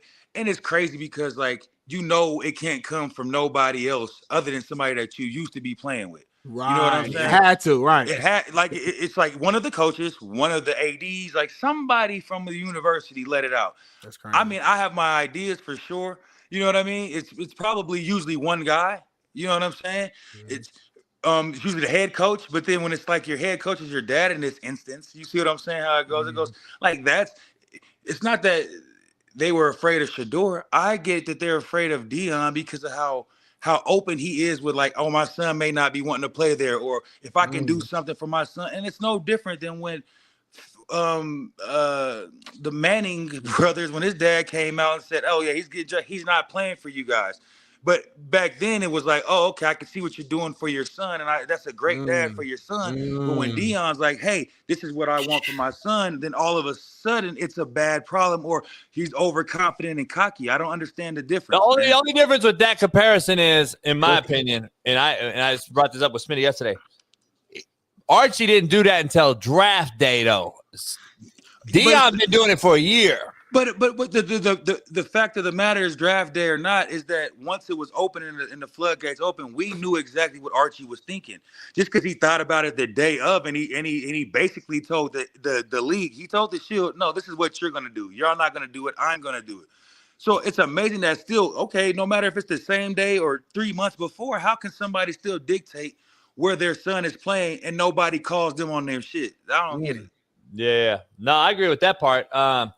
Let everybody know what you got going right now. What's going on with Lindell? What you got going real quick? Because I know Smitty and I got some questions for you just on the real tip. But where you at now? What do you got going in life? Well, obviously, football's long gone and done, but I'm still involved in it heavily. As far as, like, I got a betting show that I do every year with a group called Steady Picks. Okay. So basically we do like NFL games. We try to, say it's the Broncos or playing the Raiders, we'll call like the spread. We'll give betting props with it as well. And what's crazy about this is I know people they hear it as one ear and out the other. But last year, if you take Vegas into account with my picks, I was the top 1%. I won 56% of the time. So I mean, if you people, the way they say, if you do any units, you would have been up this year. You would have been, winning money if you'd have been listening to my picks. So, I mean, it's something to brag about a little bit because obviously you know how them NFL games go. If you can get the over, the under, and you can bet the spread pretty well, then you can make some money. So, been doing that. Me and my guy Chris Johnson, Smash and Dash, we do that together. Nice. We have another podcast, like a lifestyle podcast, where we just shoot more of the shit. We bring people on like Pac-Man Jones, AB, Marshawn Lynch, just people that we became friends with over time. And that's more of a podcast. Just like a lifestyle podcast. And honestly, man, God is so great. I'm 40 years old and I'm having my first girl, my first daughter, in the next 4 weeks. Is coming soon. Congratulations. Man, yeah. And honestly, dog, I've been so excited about this. Like, I ain't really cared about much of nothing that's going on right now. Like, I've lived a great life. You got a boy too, no? No, not yet, man. It's my first kid. Okay. I got some stepchildren. I claim my stepkids for sure, but this is my first actual biological. Nice. And yeah, I just been, just trying to just float, man. After football, shit can get, and this is for everybody. Coaching, when you foot playing in it, and you're doing something for so long, and then all of a sudden it gets taken away from you, you have to try to find, some new joy.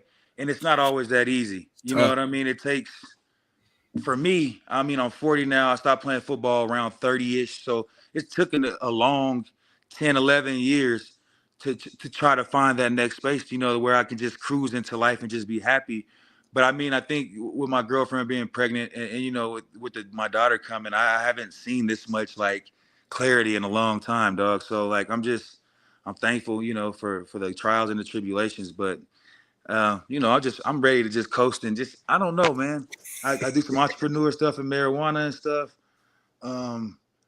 I try to help out with the kids and stuff when I can. But for me, man, honestly, I take my talents where it's needed, but I also stay out the way as well. Like I'm okay with not being the brightest star in the room no more. I'm okay with not, like walking in and needing all the attention on me. Like I'm just, I'm trying to be the God-fearing normal guy now that, love life.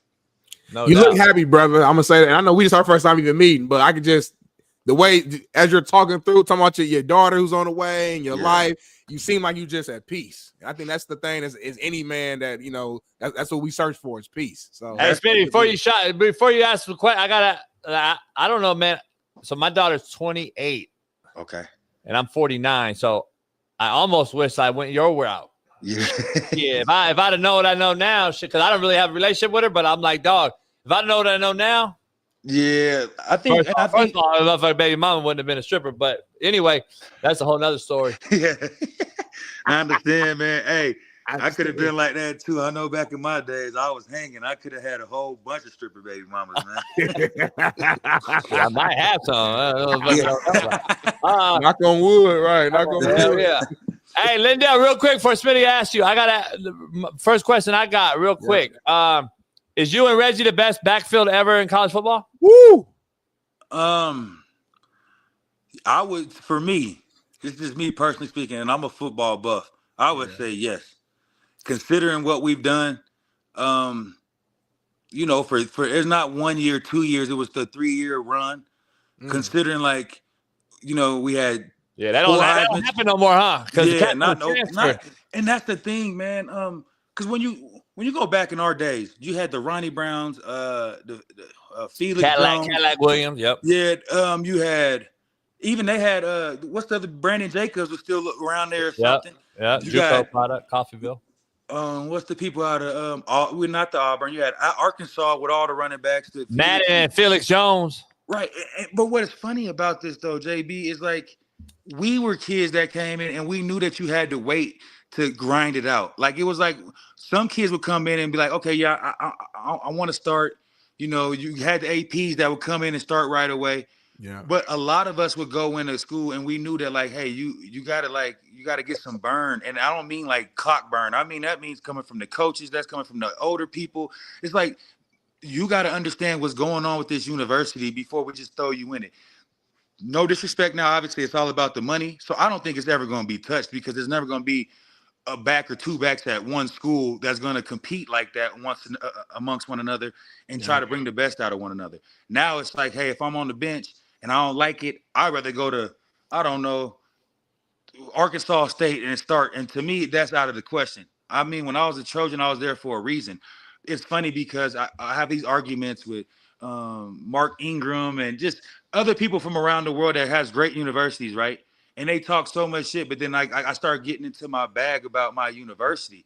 And, it's like I got the most Heisman Trophy winners, the most Hall of Famers, the most players drafted in the first round. And when you start talking like that, it's like, no, that's why I went to USC is because I knew that I would get a look. And I knew that if I balled, I would go to. It's not about the money because ultimately we just seen Shador and Quinn Ewers lose $7 million because they could have went back to school, played another year, and got the endorsement NIL. If that was all about the money, they would have went back in NIL. But now you get drafted in the 5th round or Quinn Ewers went to the 6th round. I seen that he had a check for $5-6 million to go back to college. Yeah. And now you're only making $400,000 or $500,000 for the season. You know what I mean? So it's like, to me, the grind is about everything. When I was a 5-year-old, 8-year-old kid, it was like, I'm going to the NFL. But when you get to high school, you realize it's a grind. It's not going to be easy.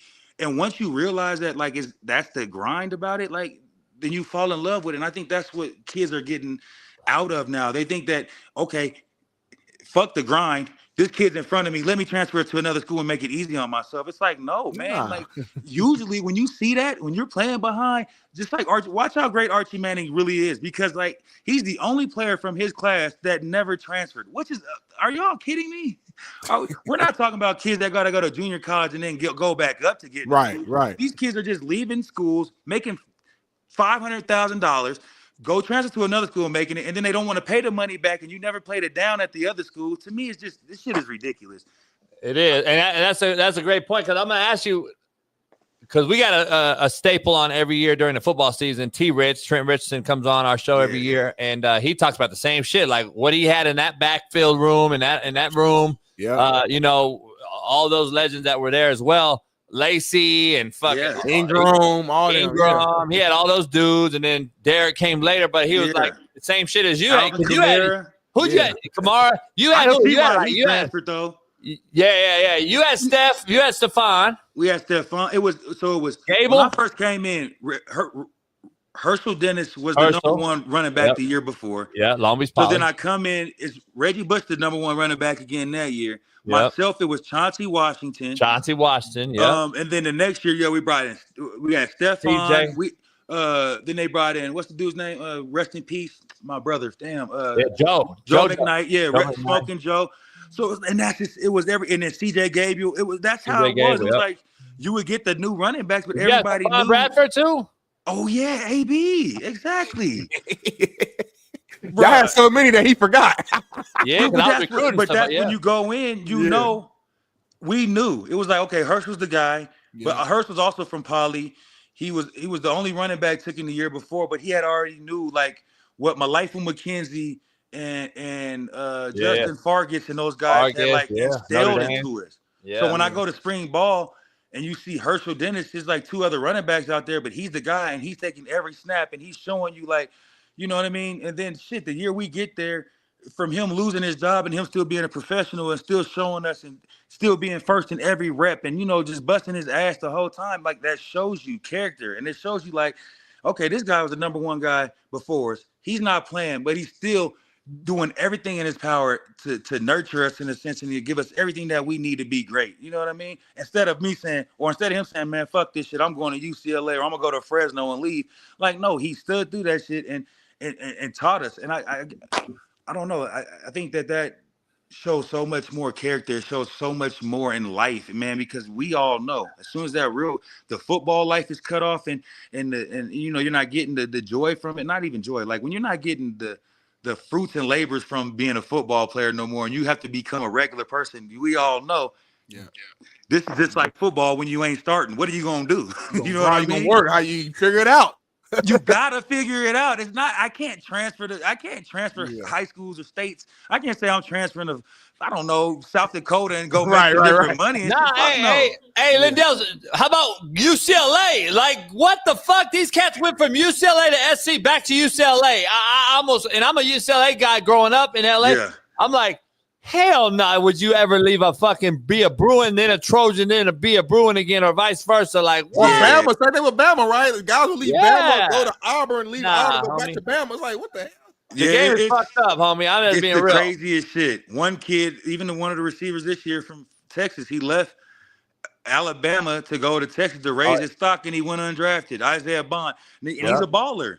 Yeah, but to me, like what I can say is that maybe that the NFL in that sense is seeing that, and they're like, if you're changing schools, we have another kid, Bear Bryant.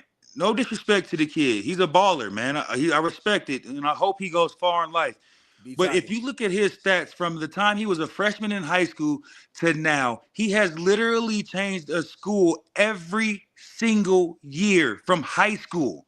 So freshman year, sophomore, junior, senior, 4 different schools. Then you get into college, you committed. I forgot where Bear committed to. He went there, or Georgia. Then he comes to USC. Now he's in Oregon. So if I'm an NFL exec, or if I'm thinking about drafting it, to me, it's like, where's the loyalty? And if shit's not gonna go good for you when we draft you, are you gonna just pit it and shit on yourself, or what are you gonna do? So I think these kids are fucking themselves up in a sense because they're showing the league already that when the tough is going, you're gonna just die out anyway. So you're talking about the Bear Alexander kid, huh? Yeah, Bear Alexander. He's that's the guy who was on like. You remember he made the video when he was USC. He was on Wilshire, had the high Wilshire, all that. They did everything for him. Big ass apartments, money, all that. All of a sudden, your production slows down, so now you want to transfer. No, it's you got to ball out more. You got to look yourself in the mirror. Like at some point, these kids got to look yourself in the mirror. Like, all right, I'm not really balling like that. Watch the tape. The eye in the sky ain't gonna lie. Man, what you doing? Now, let me be honest with y'all. I can get why some kids transfer. I can see why Will Howard transferred. Like if I can go from K-State and you say I'm gonna be the starting quarterback at Ohio State, and Common sense. it makes nothing but You're going up. sense to me. Or it's like you're going up. And you, yeah. Like for example, me, I played it, but I'm a MAC guy. You know, I played at Ball State. If I had the opportunity to go to fucking SC, I'm leveling up. It makes I'm not sense. mad at you. Yeah, like, but I'm not going from SC to fucking, that's what I'm saying, Arkansas State or West Virginia, and just to be the backup again, and then 2 years later I got to transfer to Pitt. Shout out Pac-Man. Yeah, you know, but even Pac-Man was there and balled the fuck out. No, yeah. No, I'm just fucking with Pac. I'm on our show too. I'm fucking with Pac. I'm a send That's this my to guy, crazy fucker. But then when you even look at JT, we had a dude named JT. JT, he was a quarterback. It was no different than Jackson. It's so crazy. I look at all these dudes. JT went from USC to West Virginia to Pitt to I forgot to somewhere Texas else. Rice. Yeah, the Rice, and he was a five-star, and now he's nowhere. Malachi Nelson started at USC. He went to Boise State. Now he's at University of Texas El Paso. Come on, bro. Like, I ain't going for that. You know, I'm with you preaching the choir because this is all I talk about on this show. I'm like, fuck these cats. Who's talking to these guys? Who's in there? Who are y'all's real? Like, I think that's where the disconnection is coming from. Is some people just making money off these kids, sending them to these schools, and they're getting a kickback. It's like, if you really want to be smart, if you really want to be good, there's no way in hell that a kid, like, if you're really that good, why would you leave USC when a quarterback whisperer has literally just showed you in the last 10 years he has 3 Heisman Trophy winners and 3 overall #1 picks? Why would you transfer there? Hey, Lindell, they don't even talk. We don't even want to talk about who was in your QB room, who sat and played it out, and fucking how many Heismans, how many guys got drafted? That cats don't even play. That cats don't even play. Fucking started in the league. Carson, Matt Leinart, and then Sanchez. Not even Sanchez was there, but there was another dude that got drafted. Castle. Matt Castle. That whole room got drafted, I think. Then you have Booty. Then you have Booty too. Booty. Yeah, Booty and Mustaine and all them motherfuckers came. Like it was like, I don't know. Smitty, I know you got some questions. I know we got to ask him a few real quick. We just flowing right now, man. Well, let me ask you this to stay on topic. Hypothetically, if NIL was going on when you played, how much money would you have made in the NIL era? Be real. Let me piggyback on his question, Lindell. Would you have even stayed with Reggie, or would you have found to get a bigger bag? Well, I'm gonna be honest. When you look at that shit now, the way it was, I think that my university would have found a way because they understood. Like it wasn't. I don't think that. What I do think is I know Pete Carroll's not crazy. Yeah. Pete Carroll knew exactly what he had, right? So Pete would have found a way to be like, hey, this is what we're locking in. This is what we need, right? As far as the money's concerned, I mean, I made a nice bag anyway. So right. But allegedly. Yeah, not even allegedly. Back in the day. My cousin was Chauncey Billups, man, so he could bring me whatever I needed back then. So this is a true story. Yeah, you had LA ties right there. Yeah, but I would say, bro, the money could have been unlimited because being at USC and winning at USC in Hollywood, there's no telling how much money you could honestly get, right? So I can't tell you that it would have been $1 million, $2 million, or $5 million. I don't know, because the way we were winning. That was popping. You know what I mean? And the way that everybody was, it was no telling how much money it could have been, because you're in the media capital of the world. I don't think these kids be understanding some of this stuff. It's like, yes, you're a baller in Alabama and you made $3 million in Alabama. But do you know if you ball like that same shit in that USC and you become the talk of the world like Caleb Williams, the money becomes different. It becomes different. You become a GQ guy all of a sudden. You're on all the Essence magazines. Like, it's just different. I don't think people understand it. I know, because I lived it with Matt Leinart. He was the Bachelor. He was the guy. This guy was on any and every magazine, on any and every fucking TV show in the world, all because of that USC connection. I don't think people really understand. I heard y'all was getting in the clubs and parties above professional athletes. Y'all was getting there before. Bro, we had a dude named Josh. SC was the best team in LA. Think about it. There was a dude named Josh. He used to walk around with a cane, right? Yeah. And he would have like wristbands all over there. And this is from like his whole life of partying. So it'd be, man, thousands of wristbands on this cane. Yeah. And he was the guy, like the main promoter. As soon as we would show up, he would point to us, walk us into the club. And yeah, from as soon as we get in the club until we left, everything was pretty much on the house, and it was nothing else. And I mean, this is at House of Blues. God, you see Shaq over there. You can see Big Shot Bob and those guys. Like this was just crazy. Yeah, hell yeah. It was an unreal time. I could imagine being in college. Like I'm 18 years old. I'm in the club. I'm hanging. Shaq. I'm seeing star actors, and y'all just as popping, if not more than him. That's crazy, bro. Matt, I went to this. I went on my trip. It was Mike Williams, the guy, and Brennan Carroll, Pete's son. Pete's son. I went to the House of Blues, bro, and we were in something called the Fountain Room, where it was like a VIP thing. Yeah. And when I remember, I just looked up, and it was just so much going on, dog, that I looked at Pete and Mike Williams. I said, "I'm coming to USC, dog. I'm coming. Like I'm coming." I seen Pete Carroll the next day. Pete says, "I heard you had something to tell me, man." I said, "Yeah, I'm committing, dog. I'm a Trojan. There's no way around it." Hey, I went to Texas, Oregon. I went to all these schools, man. But when I went to USC, it was like, yeah, this is a no-brainer. That official visit did it, huh? It was a no-brainer. There was nothing like him, Smitty. Back at that time, there was nothing like him. I used to be up there all the time, obviously, with kids. And let me ask you something, Linda, real quick. So what's the difference right now in an era where you just mentioned everything? You just said everything, JB. But no, I'm just saying, like you just said, media market, LA, Hollywood, all the shit. It's just coming back around? Is it coming back? Pete Carroll, though? Is that why? Well, no, because Lincoln, what I'm starting to believe is, I think sometimes we get so caught up into the win now shit, right? Yeah. That people don't realize, like, yes, man, we went from Steve Sarkisian to Lane Kiffin to Ed Ogeron to Hilton, right? And like all within 8 years or some shit. So when people are looking at that, yes, we're not getting the commitments, we're not getting the recruits from California because it looks like USC is in turmoil in a sense because we can't keep a coach and none of that. He might have got a call. You probably got a call. He was flowing too. I know. He was flowing. Yeah, we had to stay later just to have him. Yeah, we got to see if we get Lindell. Man, that's crazy. I used to be with him all the time in the projects. He said I looked up and it was so much going on. That's all he had to say. You ain't got to say nothing else. And you can ask him about the Bar One, the Century Clubs, Hollywood Athletic Club.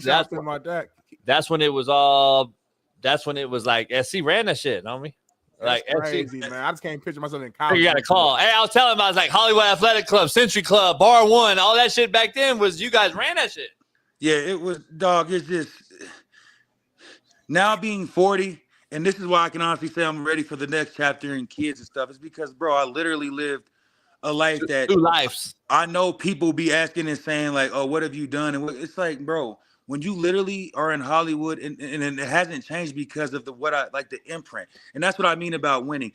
The way we won never fades in the University of California. So when you go back to Hollywood, you still seeing the same club owners, you still see some of the same security guards and stuff, and they remember you like it was yesterday. And it's never going to change. You know what I mean? One place I could walk around in the world, I'm not from California at all, but you would think I was from California the way people embrace me or they treat me. You know what I mean? So, dog, and if these kids start to win, like I was saying about Lincoln earlier, the way Lincoln got it booming, he's getting a recruiting class to 26. It's the highest we have it.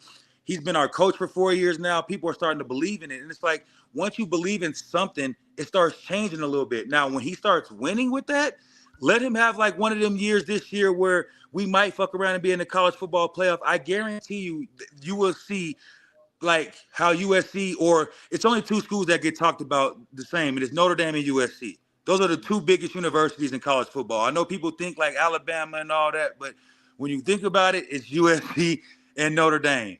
And bro, I'm telling you, once Lincoln locks all the way in and gets them players to stay in school and they win, you will see a different USC than you've never seen before. It'll be another Bama run or in that same type of realm because, bro, all the kids that you see in that balling, they're coming from California. They from Cali. The quarterbacks, they all from Cali. Bro, it's not even close. That's what I'm saying. Like, Naptown is horrible compared. Hey, Lindell, real quick. Smitty from Naptown. Hey, Lindell, we got to ask you a question before you get out of here, man. I can't thank you enough for hopping on. The 4th and 1, the famous one, who later on you played with Vince in Tennessee.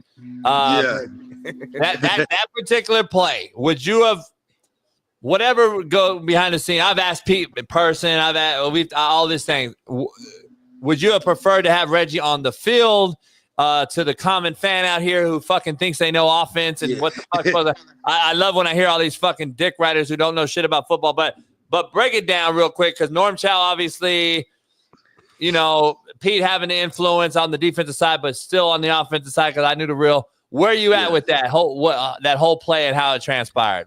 I mean, if you go back to that game and you watch that same play, I think I had, if I'm not mistaken, I'm pretty sure I had 2 touchdowns on and probably like 60-some yards on the same exact play.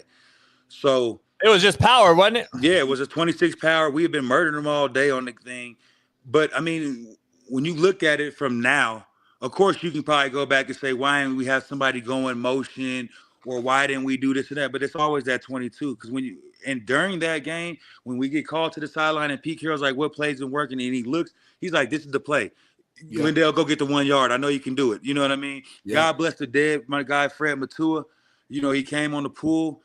Things just didn't work out, man. Like, we all know how shit works in football. It's like sometimes it's your card or sometimes it's your calling. When you go back over this whole year of football, right, people won't think about stuff like this. But, see, now that I played with Vince Young, I can tell you a story. Vince thought he was going to win the Heisman the whole year. Yeah. He gets to the Heisman ceremony, he loses. So now he goes into a room with his family, right? And they're having a conversation, and he said, I didn't win the Heisman. I guarantee you I win a national championship, right? So powerful. You fast forward, and you're on the sideline, and I remember seeing this, we're up touchdowns, and I remember looking over on the sideline, and I seen Vince Young, and he's over there dancing. And, you know, he's getting the crowd hype, and the crowd's going crazy and shit, and you're just like, damn. And I can remember, like, I've never thought about I would lose any game in my life, right? But this is the first time in my life I'm looking like this motherfucker's not bothered and he's down 2 scores, man. What are we going to do? And then you look up shit at the end of the game. You know what I mean? Now, you can go back in the game. His knee was down, the pick, or you can name 17 different things. Yeah. But once you know Vince Young, man, it's like for some reason it registers to you because it's like, bruh, like he didn't win the Heisman and he felt slighted by that. So by any means, if he could get you back, he would. You know what I mean? Like I said, there's so many plays in that game you can take away. The 4th and 1, the great play that Mike Griffin made when he got the interception on the goal line. Reggie's lateral. The lateral. Yeah. I mean, the defense. I talked to Nick Holt, man. I was talking to Nick about that, and he was like, man, he told me a story that's crazy too. Like, man, Pete wasn't really involved in the defense all week. He let me do it, and then he called that play where that motherfucker you crashed the D in, and then I think it was your mic didn't spill. No, it was a cornerback. It was like one of the Asian cornerbacks trying to tackle Vince Young, and it wasn't. You mean the doctor's sons? Yeah, the teams, man.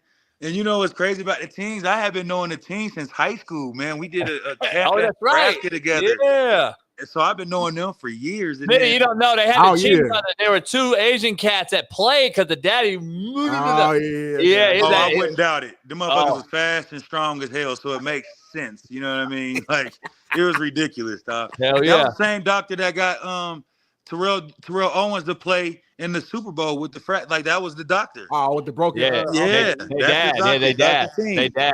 Team. Yeah, bad boy. Yeah. Man, that's crazy. Y'all talking about this because I'm 31 now, so I was 11 years old watching that game, and that was I remember where I was at. I was at my homeboy JB, you know, Sheldon's house in his living room. Yeah. And that was the game that made me a college football fan. I swear to right-handed guy, I always said watching that game. I'll admit I was rooting for Texas because they were the underdogs. Yeah. I like underdog stories. For sure. So it was just watching that game, that's one of the greatest games from a fan standpoint of like in my lifetime. It's my childhood. I look back, I'm like, man, this moment was just, you know, in fact you was a part of it, man. I know it didn't go on the winning side, but bro, you can't win them all. And I tell people this all the time. It was like shit. I had that was the third natty we had played in. It wasn't like Right. I think people, they get it like, oh, you didn't win. It's like, no, I went back to back. That would have been back to back to back. So it would have been the third straight. That would The have been first crazy. team the reason why I wish it would have happened, would have been the first team in the history of college football to ever do that. So that would have been amazing. But bro, you can't win them all. I lost 2 games in college football, man. I'm the That's all-time crazy. leading scorer at University of Southern California. And when you talk about backs and you talk about OJs and Marcus Allens and Mike Garrett's, Reggie Bush's, and Charles White. Yeah. Like, I'm so thankful. Like, I've had a run. We had a run. And that's what I think I try to get these kids to understand now. It's like, I know it's all about the NIL, and I know y'all getting paid now, but one day you have to come back to your university. And either they're going to look at you like, hey, that's just that NIL motherfucker, or they're going to be looking at you like, nigga, that's Matt, that's Reggie, that's Lynn. And it's like, it's a big difference. Like, because NFL is cool. Unless you're Tom Brady, Brett Favre, or one of these fucking legends, bro, you can go to an NFL game and you're going to be a normal person for the rest of your life. When you ball in college and you leave something there, every time you go back there, I done ran into people where I took pictures with these kids, like you said, at 21 years old. And now I'm 40. It's 19 years later. The kid runs up and he's like, Lindell, and he shows me the picture, and I'm looking like, this is crazy. And it's like they're just as excited now than they was 19 years ago, dog. So I don't know. And to your point, real quick, and get you out of here, I can't think of enough. These kids don't have a place no more. They go to fucking LSU, Arkansas, Vanderbilt, and Miami, and when they go back at 19 years later, these motherfuckers with the money that own the club, they don't know you. They're like, motherfucker, you was here for 6 months and took a bag and bounced. Yeah, but see, when Odell goes back to LSU, it's a big difference. When Joe Burrow goes back, even though he was there for them, when they go back because of the way they won and what they did, nobody will ever forget them, is what I'm saying. Like, you can never forget that. Hey, let me ask you this real quick. If you guys won that and Pete won, and I'm just talking as a coach, Pete wins that third in a row. He goes on. You got a shot. I think you went to Seattle also and played for him. 2 questions real quick to get you out of here. Number one, if he wins that natty and then they win the game where they throw the pick on the goal line against the Patriots and gives them 2 Super Bowls and 3 natties, is he now in a whole nother conversation as far as he's greatest of all time? Even if he hands the ball off to Marshawn Lynch and just scores a fucking touchdown, he's in a different conversation. But you guys know what? It's like, to your point again, when you know a certain coach and you know, like, he's trying to, when he's trying to big boy you and he's trying to show you like you're not bigger than the program, it bites you in the ass. And it showed you. We've seen a guy like Money Lynch the whole week up into that thing. I'm only here so I'm not getting fined. I'm not here. If you give him that touchdown, what happens? He becomes the MVP of the end of the Super Bowl. Yeah. And now it becomes a bigger mouth that you have to deal with around there. And I know how it goes. Like, I know he was scared of that. It makes nothing but sense. No doubt. And So, the second part to that, that's a hell of a point. No doubt. The second part to that, what's the biggest difference from Pete at SC to Pete in the league? Absolutely nothing. That's what I thought. Bro, the only difference is Pete Carroll now, he's a fucking boss for sure. Like, he gets to either cut you or not in the league. That's the only difference. In college, like shit, it was the same Pete Carroll. He just couldn't cut you. He had a boss that he had to literally talk to, which was Mike Garrett. And Mike Garrett, he used to keep Pete, level-headed. Yeah. Now Pete is the guy. He's won a Super Bowl. He's won national championships. He's had, great players.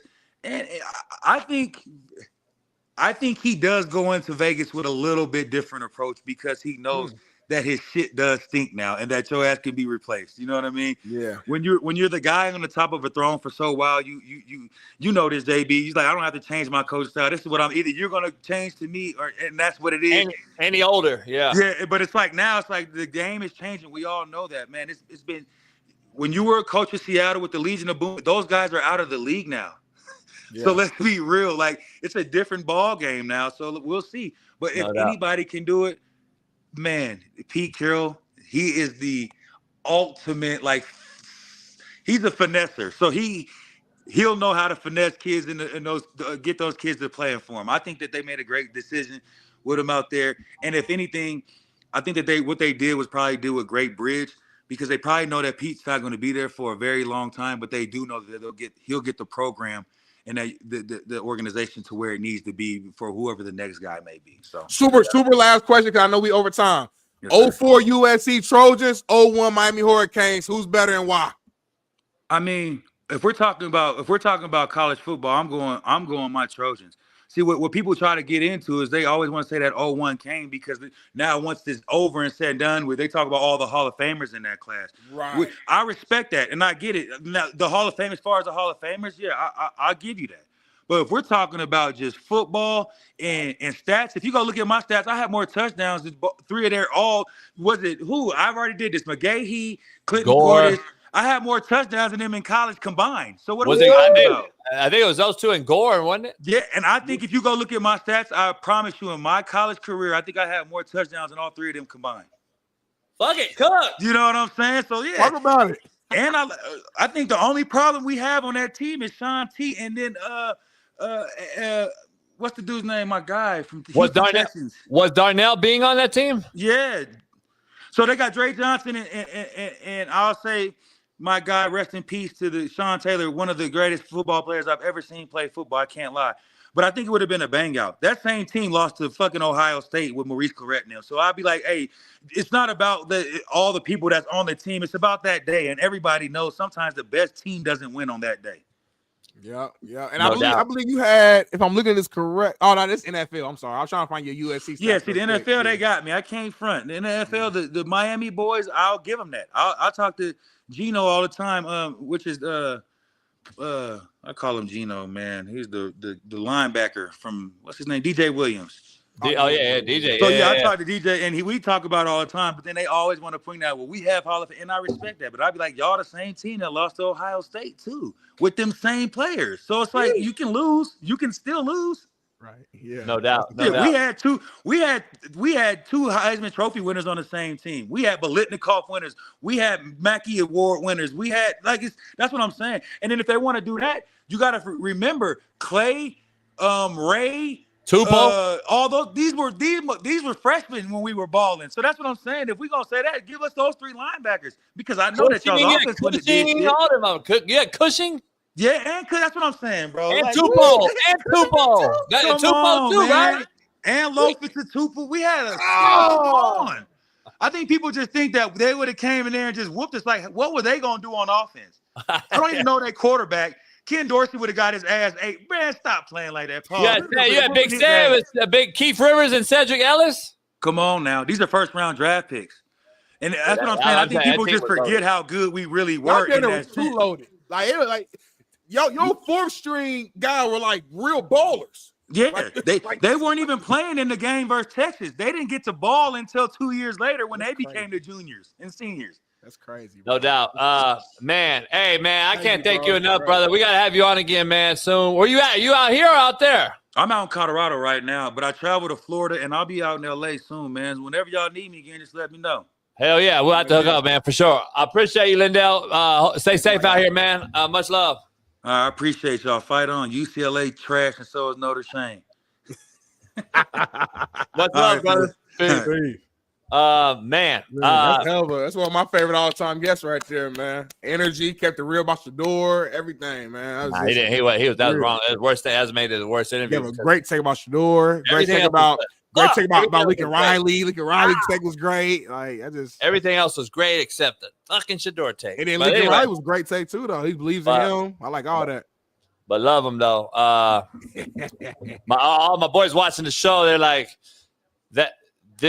he's like, clip him of comparing them teams. It'll go viral. Man. Shout out to everybody that joined, man. And we can't thank you enough. Tomorrow's Work Boot Wednesday. We will see you tomorrow, man. Give you 20 minutes extra right here on the Realest Show on Planet ERF. Become a member if you're not one. If you're not one, then you're just a hater. But my haters are my biggest fans. We'll see you tomorrow. Peace.